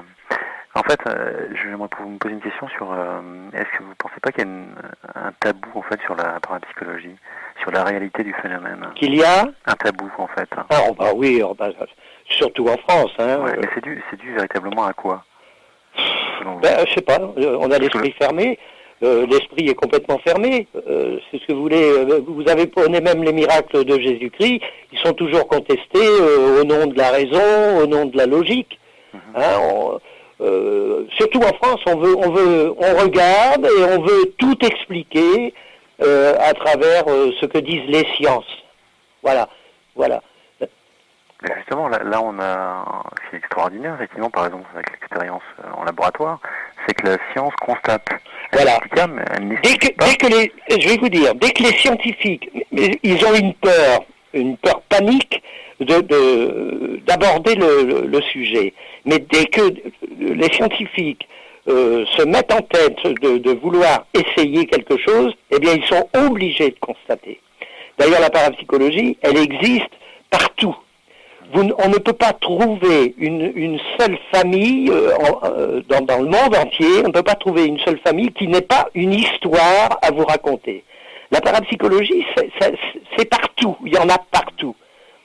Parapsychologie ou ce qui lui ressemble, enfin des choses troublantes, des choses qu'on n'arrive pas à expliquer, qu'on explique quelquefois, bien sûr, mais pas toujours. C'est partout, tout le monde a des histoires à raconter comme ça. Alors on a ces histoires que dans les bouquins, dans les films, etc. Et dès que nous-mêmes on contacte souvent des scientifiques qui sont même très éloignés de tout ça, on sait qu'on va se faire bouler d'avance, mais on les contacte quand même et ça ne manque pas, on se fait fiche à la porte, c'est tabou, vous avez raison, c'est tabou. Ça me fait penser justement à je sais pas si vous avez reçu d'ailleurs Bertrand Meust, oui, qui a écrit un bouquin qui s'appelle Le Voyant Prodigieux. Oui, nous l'avons reçu, Didier Deplèche l'a reçu un mardi soir. Ouais, et en fait à la fin de son livre justement il parle, parce que c'est un philosophe, il parle de ce tabou qu'il y a eu non seulement en philosophie, parce qu'effectivement c'est des thèmes qui étaient abordés à la fin du 19e, début 20e, avec Bergson par exemple. Et au jour d'aujourd'hui, c'est complètement tabou, même en philosophie. Ah oui, oui. Même dans les sciences, effectivement. Et c'est ça qui est paradoxal, c'est que c'est un fait scientifique. Je veux dire, il y a eu des expériences. C'est un fait scientifique. Oui. C'est ça qui est paradoxal. C'est parce qu'ils ne veulent pas se pencher sur le sujet, c'est tout. Hein. Parce que ce que je peux dire, c'est que tout ce qui est paranormal n'est pas complètement, c'est pas forcément faux. Et tout ce qui est scientifique n'est pas forcément vrai non plus. Alors, moi je trouve que les scientifiques ont une drôle d'approche. Hein. Ouais, il faut faire la part des choses au niveau des scientifiques. Non, mais il faut, comme je disais tout à l'heure à Jean-Claude et à tous les auditeurs, il faut que ça soit répétitif. Ça, c'est la démarche du scientifique. Ça me paraît normal aussi. Hein. Mais enfin, il devrait avoir au moins l'esprit un petit peu ouvert, ne serait-ce qu'un tout petit peu, pour dire, il se passe quelque chose, je vais aller voir. Mais est-ce que c'est pas paradoxal justement de demander une répétition à de l'humain justement? Ben non. L'homme c'est pas une machine. Oui, mais eux ils voient ça du côté, au niveau scientifique. Bon, ben ça se défend, c'est normal. Bon. À la limite, je compare ça au niveau émotionnel. Je peux pas d'emblée ressentir une émotion ou vouloir ressentir une émotion avant. Voilà. Ou alors je suis l'acteur. Ben oui. Mais et ça, je le rapproche pas effectivement. Je pense que ça porte bien son nom. C'est de la parapsychologie. Voilà. Mais le mot psychologie est important. C'est pour ça que ça peut pas être répétitif. Ça ne peut pas. Ouais. Quelquefois, ça l'est. Alors là, on peut peut-être parler de coïncidence, d'ailleurs. Je ne sais pas, mais enfin, la plupart du temps, ça n'est pas répétitif. Quoique, nous avons dans notre comité un sujet, un médium, qui nous fait des choses complètement répétitives.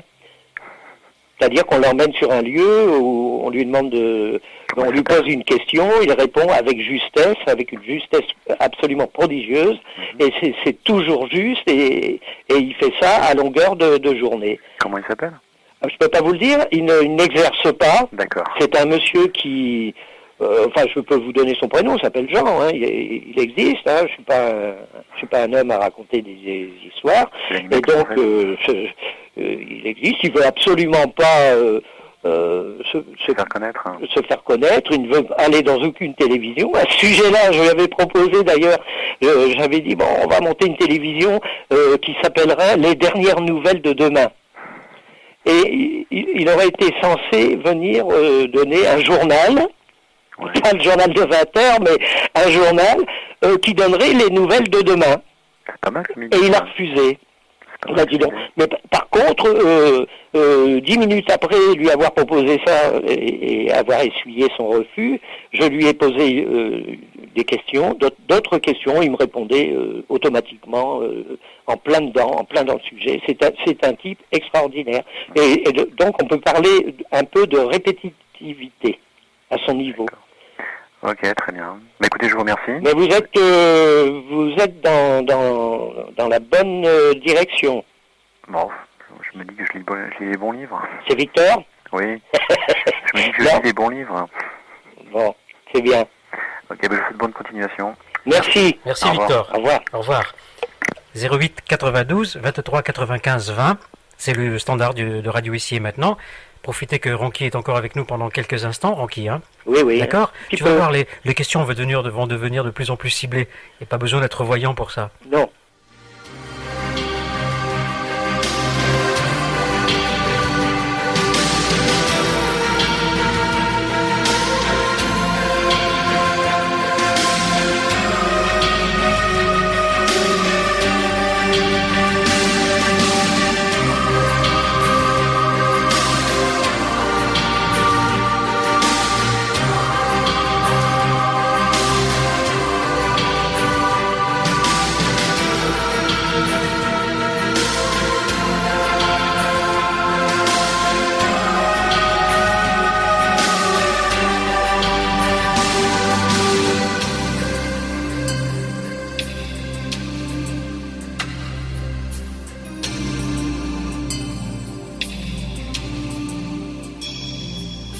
Vous êtes toujours à l'écoute de Radio Ici et Maintenant, 95.2. C'est également sur le net ici-et-maintenant.com, 24 heures sur 24, 7 jours sur 7. Ronki, je te présente Jean-Pierre. Bonsoir Jean-Pierre. Bonsoir à tous. Bonsoir Jean-Pierre. Moi je connais pas le monsieur qui est... Malheureusement, puis j'aurais bien voulu le connaître, hein, parce que je m'intéresse un peu à la parapsychologie puis à l'illusionniste. Je voulais indiquer que Mystag, on peut le voir dans un documentaire d'Agnès Varda de 1975 qui s'appelle Daguerreotype. Vous parlez de Mystag? Oui. Oui. On le voit dans... C'est possible. Dans un documentaire de 75 sur la rue Daguerre. Un film en noir et blanc, je crois, Jean-Pierre. Hein? Je crois pas. Il me semble, non? Je crois qu'il est en couleur. Ah bon? Je ne connais pas ce film. Il a fait le tour du monde, hein. Il était montré dans toutes les ambassades. Oui, c'est possible. Hein. Et on voit Mystag, là, moi j'ai pas connu, mais que je trouve qu'il avait un charisme assez fort. Ah oui, c'était... Je pense que, oui, il était assez percutant dans ses tours. Oui, je voulais vous demander quelque chose. C'est Raki, votre prénom, monsieur? Ran, R-A-N-K-Y. R-A-N-K-Y. Rennes quand même. Ranqui. Ranqui, oui, parce que, bon, une petite anecdote, lorsque j'ai débuté la magie, je m'appelais Francky. Ah oui, d'accord. Et puis alors, j'ai trouvé que ça faisait un petit peu trop américain, et c'est un vieux magicien qui m'a dit, bah écoute, enlève donc le F, et puis ça fera Ranqui, ça fera plus français. Voilà comment je suis devenu Ranqui. Je voulais vous demander, monsieur... non, pas monsieur. Uri Geller, oui. Qu'en pensez-vous? Parce que moi, j'avais lu que c'était un petit peu un faisan ou quoi. Qu'est-ce que ça? Je m'excuse du mot. Non, chacun... non. Moi, je ne vais pas me permettre de parler sur Uri Geller, parce que bon, dans mon livre, tous les dossiers que je traite, et il y en a pas mal, ce sont des dossiers auxquels j'ai participé ou que j'ai monté moi-même. Uri Geller, je ne l'ai jamais je l'ai rencontré, mais nous ne l'avons jamais testé. Ah oui, d'accord. Jamais. Je me suis même trouvé aux États-Unis, en Amérique du Sud, à Caracas exactement, dans une chaîne de télévision où je passais avec mon épouse, on y allait 3 ou 4 fois par an. Une émission qui s'appelait Fantastico, et là j'ai rencontré Uri Geller, et il a fait quelque chose, il a fait une prestation sur scène, et là-dessus on lui a demandé de venir nous voir, ma femme et moi, pour parler un petit peu, ce qu'il a fait d'ailleurs, et on lui a demandé s'il voulait bien... au lieu de répondre à des tests sur des plateaux de télévision, etc., s'il voulait bien se soumettre à un de nos textes à nous, et il n'a pas souhaité le faire. Oui, d'accord. Alors c'est tout ce que je peux dire sur Uri Geller. Voilà.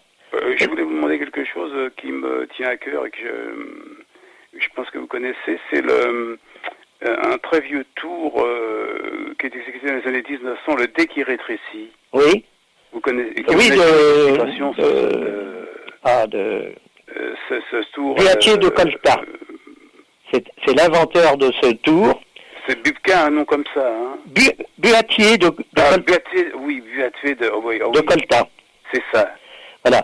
Même aujourd'hui, on n'arrive pas à avoir d'explication là-dessus. Bon, il y a, on ne sait pas, ça fait peut-être partie de la légende, ou peut-être pas, peut-être était-ce un véritable tour. Ce tour date, donc c'était dans les années où vivait Robert Houdin, donc ça n'est pas jeune du tout. Et c'est vrai que on mettait sur la scène un petit dé qui mesurait, enfin je l'ai pas vu, j'ai pas connu le Buatier de Colta, le dé mesurait environ 10 cm de côté, oui. Et les spectateurs voyaient ce dé grandir, d'un seul coup il faisait 15 cm, puis 20, 25, 30, 40, 50 cm, il devenait un gros dé à la vue de tout le monde, et le dé s'ouvrait et sortait du dé la partenaire. Oui, je trouve ça extraordinaire. Voilà l'effet du... Vous pensez que ça peut être une légende ? Oh, c'est moi qui le dis, je ne sais pas. J'ai lu dans un livre, monsieur, de Michel Seldoff. Oui, Seldo, oui. Vous le connaissez, oui. Oui, je l'ai connu. Seldo nous a quittés aussi. Il a l'air, bon, de croire à ce tour. Oui, je pense que ça pouvait être... je sais pas, vous savez, il y a des véritables génies dans l'illusion. Aujourd'hui, on devrait pouvoir leur produire avec tous les grands... oui, avec les moyens qu'on a, on devrait pouvoir leur produire. Là, vous me donnez une idée, je me demande si on va pas se pencher sur le problème finalement. Parce qu'on devrait pouvoir reproduire ce tour, qui est quand même une énigme. Oui, c'est une énigme. Personne n'a jamais... on n'a jamais donné aucune explication. Mais il y en a, ça ne me pense pas être une explication surnaturelle non plus. Mais on peut rêver quand même. On peut rêver, et ça, c'est quelque chose qui fait rêver. Oui, je vous remercie, monsieur. Mais je vous en prie. Est-ce que je pourrais, après, avoir le standard, parce que j'aimerais bien lire votre livre. Oui, bien sûr. Ça m'intéresserait beaucoup. Je vais vous le dire tout de suite. C'est pour le livre, je suppose. Oui. Prenez contact avec la radio lundi matin. D'accord, merci beaucoup. D'accord. Vous appelez le même numéro. Oui, d'accord. D'accord. Bon, je vous remercie de cette très intéressante émission et je continue à l'écouter. Merci pour vous. Allez, merci à vous. 08 92 23 95 20. Tu vois, je t'avais dit que la question allait devenir de plus en plus ciblée. Oui, effectivement. Tu vois, hein. Oui. Oh, les auditeurs de radio ici et maintenant, ce ne sont pas des auditeurs n'importe lesquels. Ah, ce n'est pas n'importe lesquels. Hein. C'est ce que je disais en début de l'émission.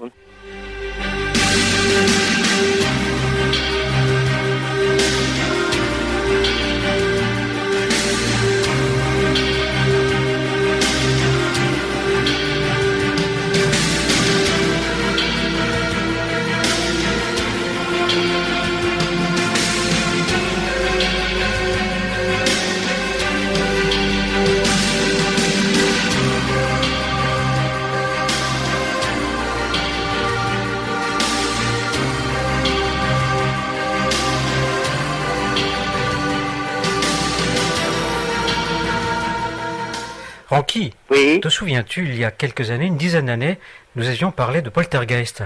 Oui. Tu vivais ce genre de phénomène dans ta maison? Oui, il y avait, oui. Ça a continué un petit peu, et puis certaines choses se sont arrêtées, et d'autres choses continuent. Notamment l'histoire des fleurs séchées.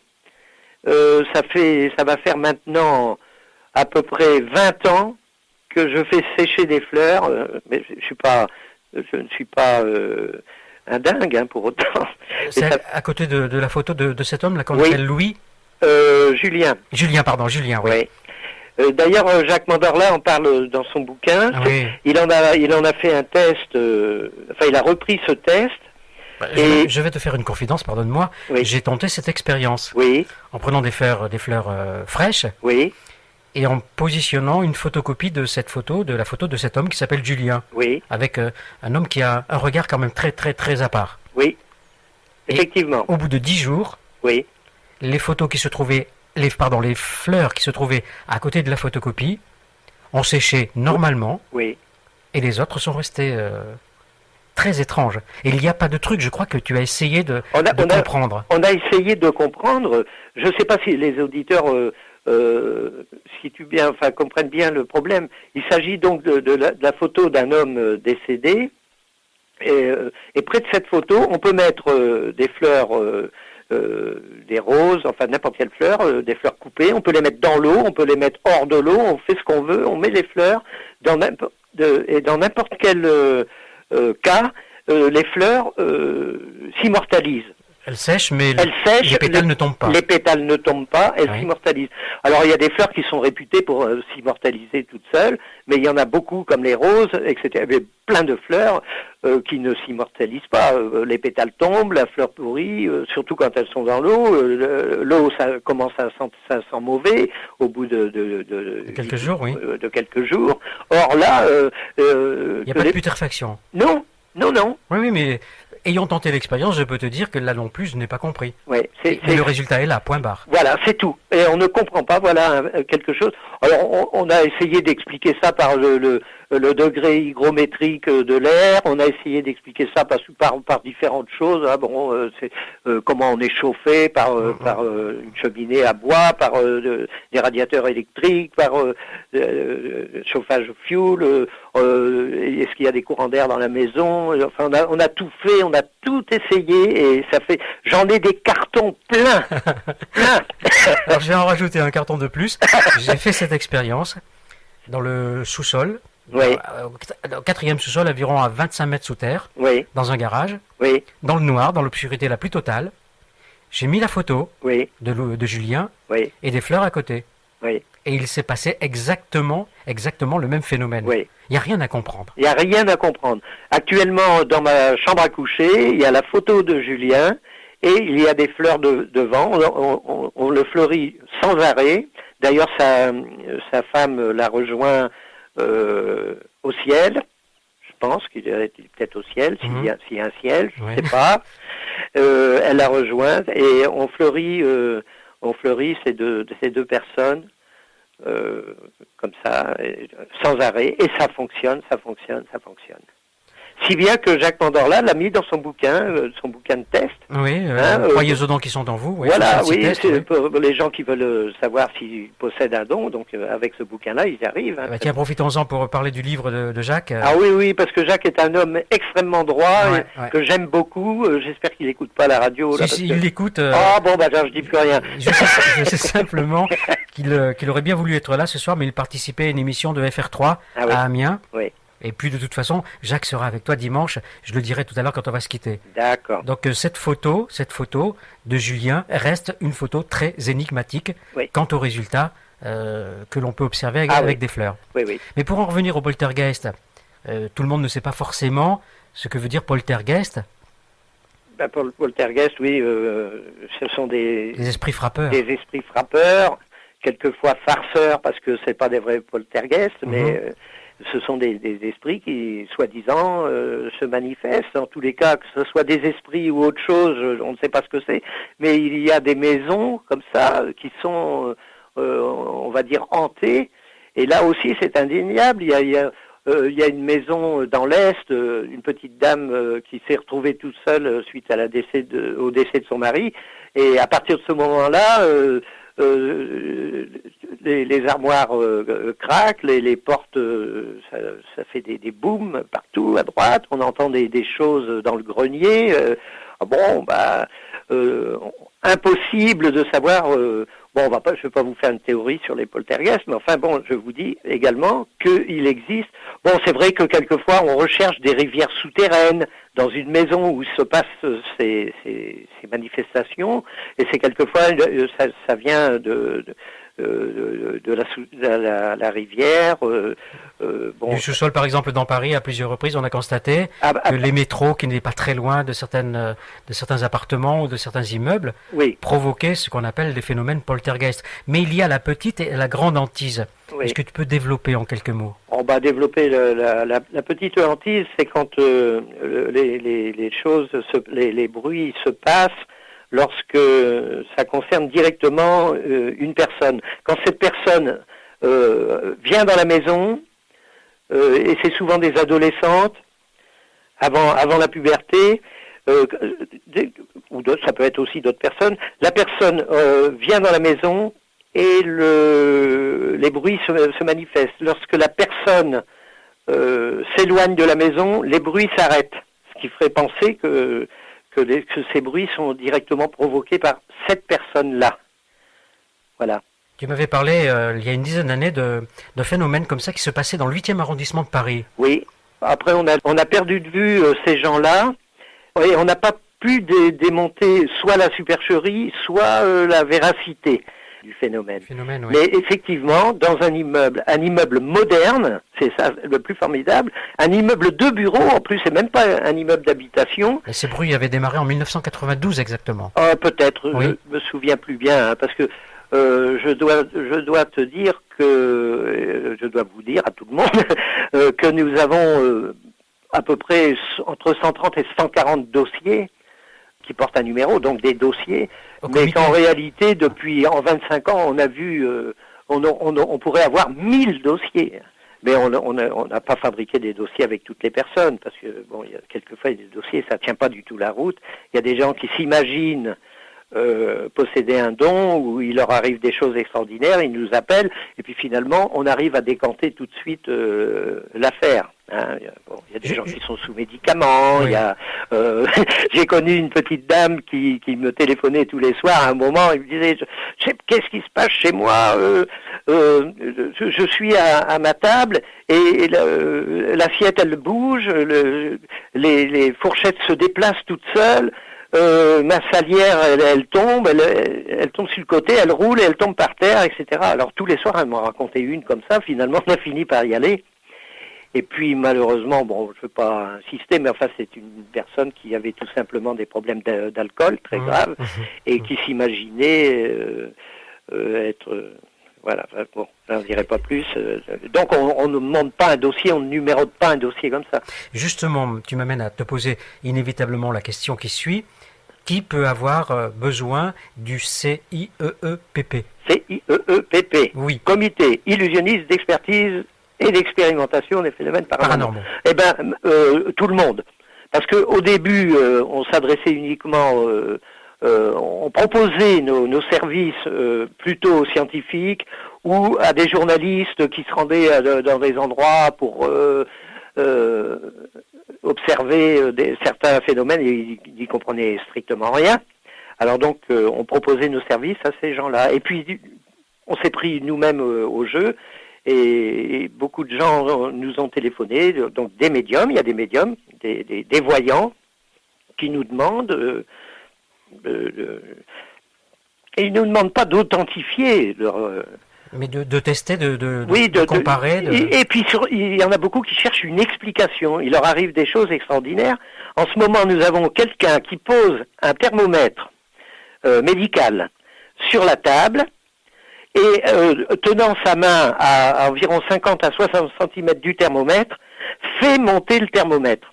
Le mercure monte avec une imposition des mains très éloignée. Très éloignée. Ouais. Alors, c'est quand même quelque chose. Je ne comprends pas que les gens, j'en reviens aux scientifiques, on dit, c'est indéniable, on l'a vu ce truc-là, moi je l'ai vu.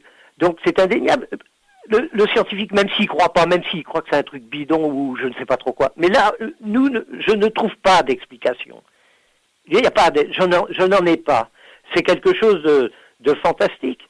Je sais pas. On a tout essayé. On s'est dit sous la table, il a mis quelque chose pour chauffer le thermomètre, ou il emploie un produit chimique qui va.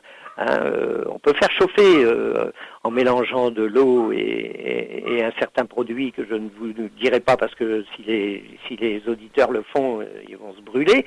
Mais on arrive donc en déposant un peu de cette poudre avec de l'eau sur le thermomètre, on ferait monter le thermomètre. Mais enfin, nous, on n'est pas fous. C'est à ça qu'on sert. On a pris le thermomètre, on l'a bien essuyé. D'abord, on a fourni un thermomètre, et puis voilà, et ça marche. Et quand on dit que c'est pas répétitif, eh ben, sur 10 fois, ça marche environ 5 à 6 fois. Pardonne-moi, c'est vous-même le comité qui fournissait, là tu viens de parler de la fourniture du thermomètre, donc il n'y a pas de possibilité, je suppose, de trucage. Non. Ben non, voilà. Bien, il y a plein de choses comme ça, mais on ne veut pas. Alors il y a des gens qui disent, mais vous devriez faire ça à la télé, tout le monde devrait. Mais d'abord, premièrement, les sujets ne veulent pas, puis nous, on n'y tient pas non plus, parce que ça finit toujours en queue de poisson. J'en ai complètement marre des émissions de télé comme ça, où on nous appelle. Je citerai pas les émissions. Il y en a une ça fait 4 fois qu'il m'appelle pour que je passe là-dedans, et non, je n'y passerai pas. Voilà.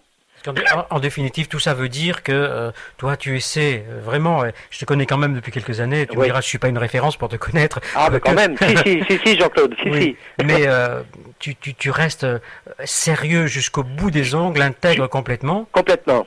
Et là, ça servira à quoi à rien. À rien du tout. À rien. Je n'ai pas besoin je ne recherche pas une notoriété. Je m'en fous complètement. J'ai jamais seulement voulu être un magicien célèbre. J'avais ma clientèle. J'ai fait 30 ans de magie. Je gagne ma vie uniquement avec ça. Donc ça me suffit. J'ai pas besoin de devenir Copperfield ou je m'en fous, ça m'intéresse pas. Le public m'intéresse, j'aime bien. Oui. J'adore le public. Ma femme, elle adore le public. Quand on se produit, on est heureux comme des rois. Ça nous suffit. De l'argent, il en faut dans la vie, mais on gagne notre vie. Ça nous suffit. Et tout le reste, on peut donner dans l'honnêteté et puis faire une recherche qui peut être utile. Moi, ça me passionne, tous ces phénomènes me passionnent. Mais c'est passionnant si on les aborde sans vouloir à tout prix avoir un résultat. Ah bah oui, on veut absolument une explication. Tu sais, dimanche, là, tu vas rencontrer Pascal Mayous. Jacques Mandorla l'a soumis à des tests très, très, très serrés, très pointus. Oui. Il n'y a pas à comprendre, il n'y a pas à chercher. Non, y a pas à comprendre. Le résultat, il est là, point barre. Non. Et puis alors, ceux qui sont contestataires en plus, mais ils prennent un air dramatique pour parler de la parapsychologie, on dirait que, je sais pas, ils vont refaire le monde. Mais c'est pas utile de dramatiser comme ça. Nous, quand on voit un phénomène qui se produit, mais on est joyeux, on est content. On se dit, mais c'est un signe peut-être du créateur, c'est quelque chose de... on va apprendre quelque chose de nouveau. On est heureux comme des rois. Moi, quand je vois un phénomène s'accomplir, on est content. Bon, tu me parles de ces deux. Pascal Mayous et d'Henri Vigneault. Voilà, ces deux jeunes gens. Je crois qu'ils sont assez jeunes. Ouais. Eh bien, je suis très heureux de les rencontrer. Je vais pas du tout les mettre en difficulté. Je veux pas dire je suis magicien, je connais tous les trucs et tout ça, mais pas du tout. S'ils n'ont pas envie de faire quelque chose devant moi, ils le feront pas, mais s'ils ont envie, ils le feront, et je n'aurai aucune agressivité. Exactement. Je respecte complètement tout ce qui est la religion des gens. Moi, j'ai un respect profond de l'homme, et c'est tout. Donc, on va pas les mettre en porte-à-faux, en difficulté, dans un mauvais cas, comme on fait souvent. Tu sais, tant qu'on continuera à mettre des personnes comme eux ou d'autres, à les mettre en difficulté, on continuera de rigoler de la parapsychologie. Ah oui, absolument. Et on ne fera jamais avancer le schmilblick. Ah non, on ne le fera pas avancer. C'est les Brock et Charpak et compagnie qui se frottent les mains, tu vois. Ben oui. Oh. Je te garde encore 5-10 minutes, d'accord ? 5 minutes. 5 minutes. Voilà, les 5 dernières minutes. Les 5 dernières minutes, bon Dieu, mais c'est bien sûr. Mais c'est bien sûr.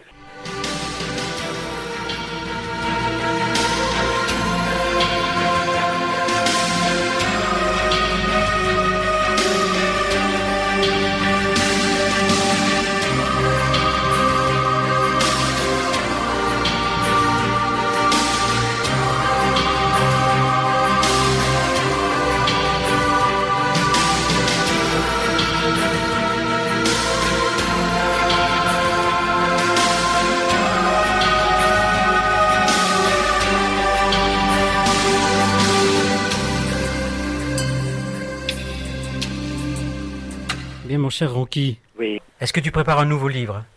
Ah oui, j'en prépare un nouveau. Je vais faire une suite à la vérité et illusion. C'est pour ça que celui-là, on ne le rééditera pas. Enfin, pas dans l'immédiat. Donc ça va peut-être devenir une pièce de collection pour ceux qui l'ont. Et puis, oui, bien sûr. Je peux pas m'empêcher. Hein. J'aime beaucoup écrire. Bien, merci d'avoir participé pendant 2 heures à ce plus près des étoiles, Ronki. Voilà, c'est vrai que j'étais vraiment près des étoiles et puis j'étais aussi très près des auditeurs. Je suis très content. Bien. Je peux le dire? Que dire? Bien sûr. Bon. Si tu t'étais emmerdé, tu me l'aurais dit aussi parce que. Oui. Ah oui, si je m'étais. Non, mais on peut pas. Hein. Écoute, le téléphone est en train de sonner, donc tu ne peux pas refuser. Ne raccroche pas. Ronki, je te présente Alexandre. Bonsoir Alexandre. Bonjour Alexandre. Oui, j'ai pris l'émission en route et je voulais savoir le titre du livre qui permettait de révéler certaines choses. Je viens juste de mettre en route et je m'aperçois que c'est la fin de l'émission. Ce n'est pas tout à fait la fin de l'émission, c'est la fin de l'intervention de Ronki. Ronki, tu peux dire le titre de ton livre? C'est mon livre ou c'est le livre de... Non, c'est ton livre qu'il s'agit, Ronki. Ah bon? Alors, il s'agit de Vérité et illusion de la parapsychologie. Ça y est, voilà que je fais ma pub moi-même maintenant. Alors, c'est un peu... Et c'est quelle édition? Alors, c'est aux éditions d'Hervy. D'Hervy, D-E-R-V-Y, l'édition d'Hervy. Et puis voilà, ce sont les confidences et révélations d'un magicien. En l'occurrence, le magicien, c'est un petit peu moi, quoi. Et puis donc, ce bouquin, il y en a presque plus. Il reste une 50aine d'exemplaires, quoi. C'est tout. On peut le trouver dans quelle librairie? On pouvait le trouver dans toutes les librairies, à la FNAC et partout. Mais bon, malheureusement, il est épuisé. Moi, il m'en reste une 50aine ou 60 exemplaires. Okay. Et en téléphonant, je crois, mais Jean-Claude va vous le dire, en téléphonant à la radio, je ne sais pas comment il va arranger ça. Et c'est vous l'auteur, Jacques? Non. Ronki, R-A-N-K-Y. R-A-N-K-Y. D'accord. Simplement un nom. Voilà, c'est son nom. C'est son nom. Merci beaucoup, je suis la fin de la suite. D'accord, merci Alexandre. Bonne soirée à vous. Merci, au revoir Alexandre. Voilà, on va se quitter là-dessus. Oui. Je te dis à dimanche, Ronki. À dimanche, Jean-Claude, et je souhaite une bonne continuation à tous les auditeurs de Ici et Maintenant. Et puis, si tu me réinvites un jour, je vais pas me reviendrai. Comment? Je ne vais pas me priver. Il faut pas. Ce qui serait bien, c'est que tu viennes un vendredi soir avec Claude Géraldi, tous les deux, pour mystifier les auditeurs. Ah, ça, c'est très faisable, par contre. Alors, j'ai une toute dernière question à te poser. Oui. Il y a un garçon que l'on voit assez régulièrement sur les chaînes de télévision, un Autrichien. Oui. Tu vois de qui je veux parler? Un Autrichien, j'en connais plusieurs. Je connais Otto Wesslich. Monsieur Kurz. Ah, Kurz. Oui. Gary Kurz. Gary Kurz, oui. Est-ce que tu as vu ses prestations à la télévision? Oui, bien sûr. On est à la pointe. On voit tout. Qu'en as-tu pensé? Sans déflorer, bien entendu. Ce que j'en ai pensé. Est-ce qu'il y a manipulation? Je vais pas dire manipulation, je vais dire que c'est un excellent magicien. Ouais. Un magicien manipule. Oui, quand même. C'est pour ça que j'utilisais le mot manipulation, pas dans le sens péjoratif, bien entendu. Oui, c'est un très très bon magicien, c'est un bon manipulateur, c'est sûr. Bon, il donne dans une spécialité de l'illusionnisme qui s'appelle le mentalisme. Etc. Bon, il fait des expériences de divination, etc., de lecture à distance, de toutes sortes de... Bon, il s'est fait une spécialité de ce qu'on appelle le mentalisme. Il est excellent. Il est excellent. Alors, truc ou pas truc? C'est un illusionniste. Bon, mais je crois que tu as tout dit. Oui, il est illusionniste. Il ne faut surtout pas le présenter comme un médium aux capacités paranormales. Oui. Non, certainement pas. Non, mais bon, je dois dire que 2 ou 3 expériences qu'il a faites m'ont un petit peu échappé parce que elles sont basées sur des choses un petit peu connues, mais il est très original, donc il a mis ses expériences, il a mis sa propre personnalité, sa propre présentation. C'est à ça qu'on reconnaît un illusionniste, un bon illusionniste, et bon, c'est un très très bon illusionniste. Bon, il a beaucoup d'expériences qu'il fait, notamment une expérience qui est absolument quand même fantastique, c'est celle où on ouvre un livre à n'importe quelle page et où il commence, on lit la première ligne et lui, il lit les autres lignes. Bon, ça, tous les magiciens, tous les bons magiciens, les magiciens de bon niveau connaissent ce truc-là. Bien, Ranky, merci d'avoir participé à cette émission pendant 2 heures. Repose-toi. Voilà, mais je voudrais quand même finir par quelque chose, c'est que c'est pas parce que nous faisons des tours de magie ou des tours de parapsychologie par trucage que la véritable parapsychologie n'existe pas. Voilà, la parapsychologie c'est une chose, l'illusionniste c'en est une autre. C'est 2 choses bien distinctes qui existent toutes les deux d'ailleurs.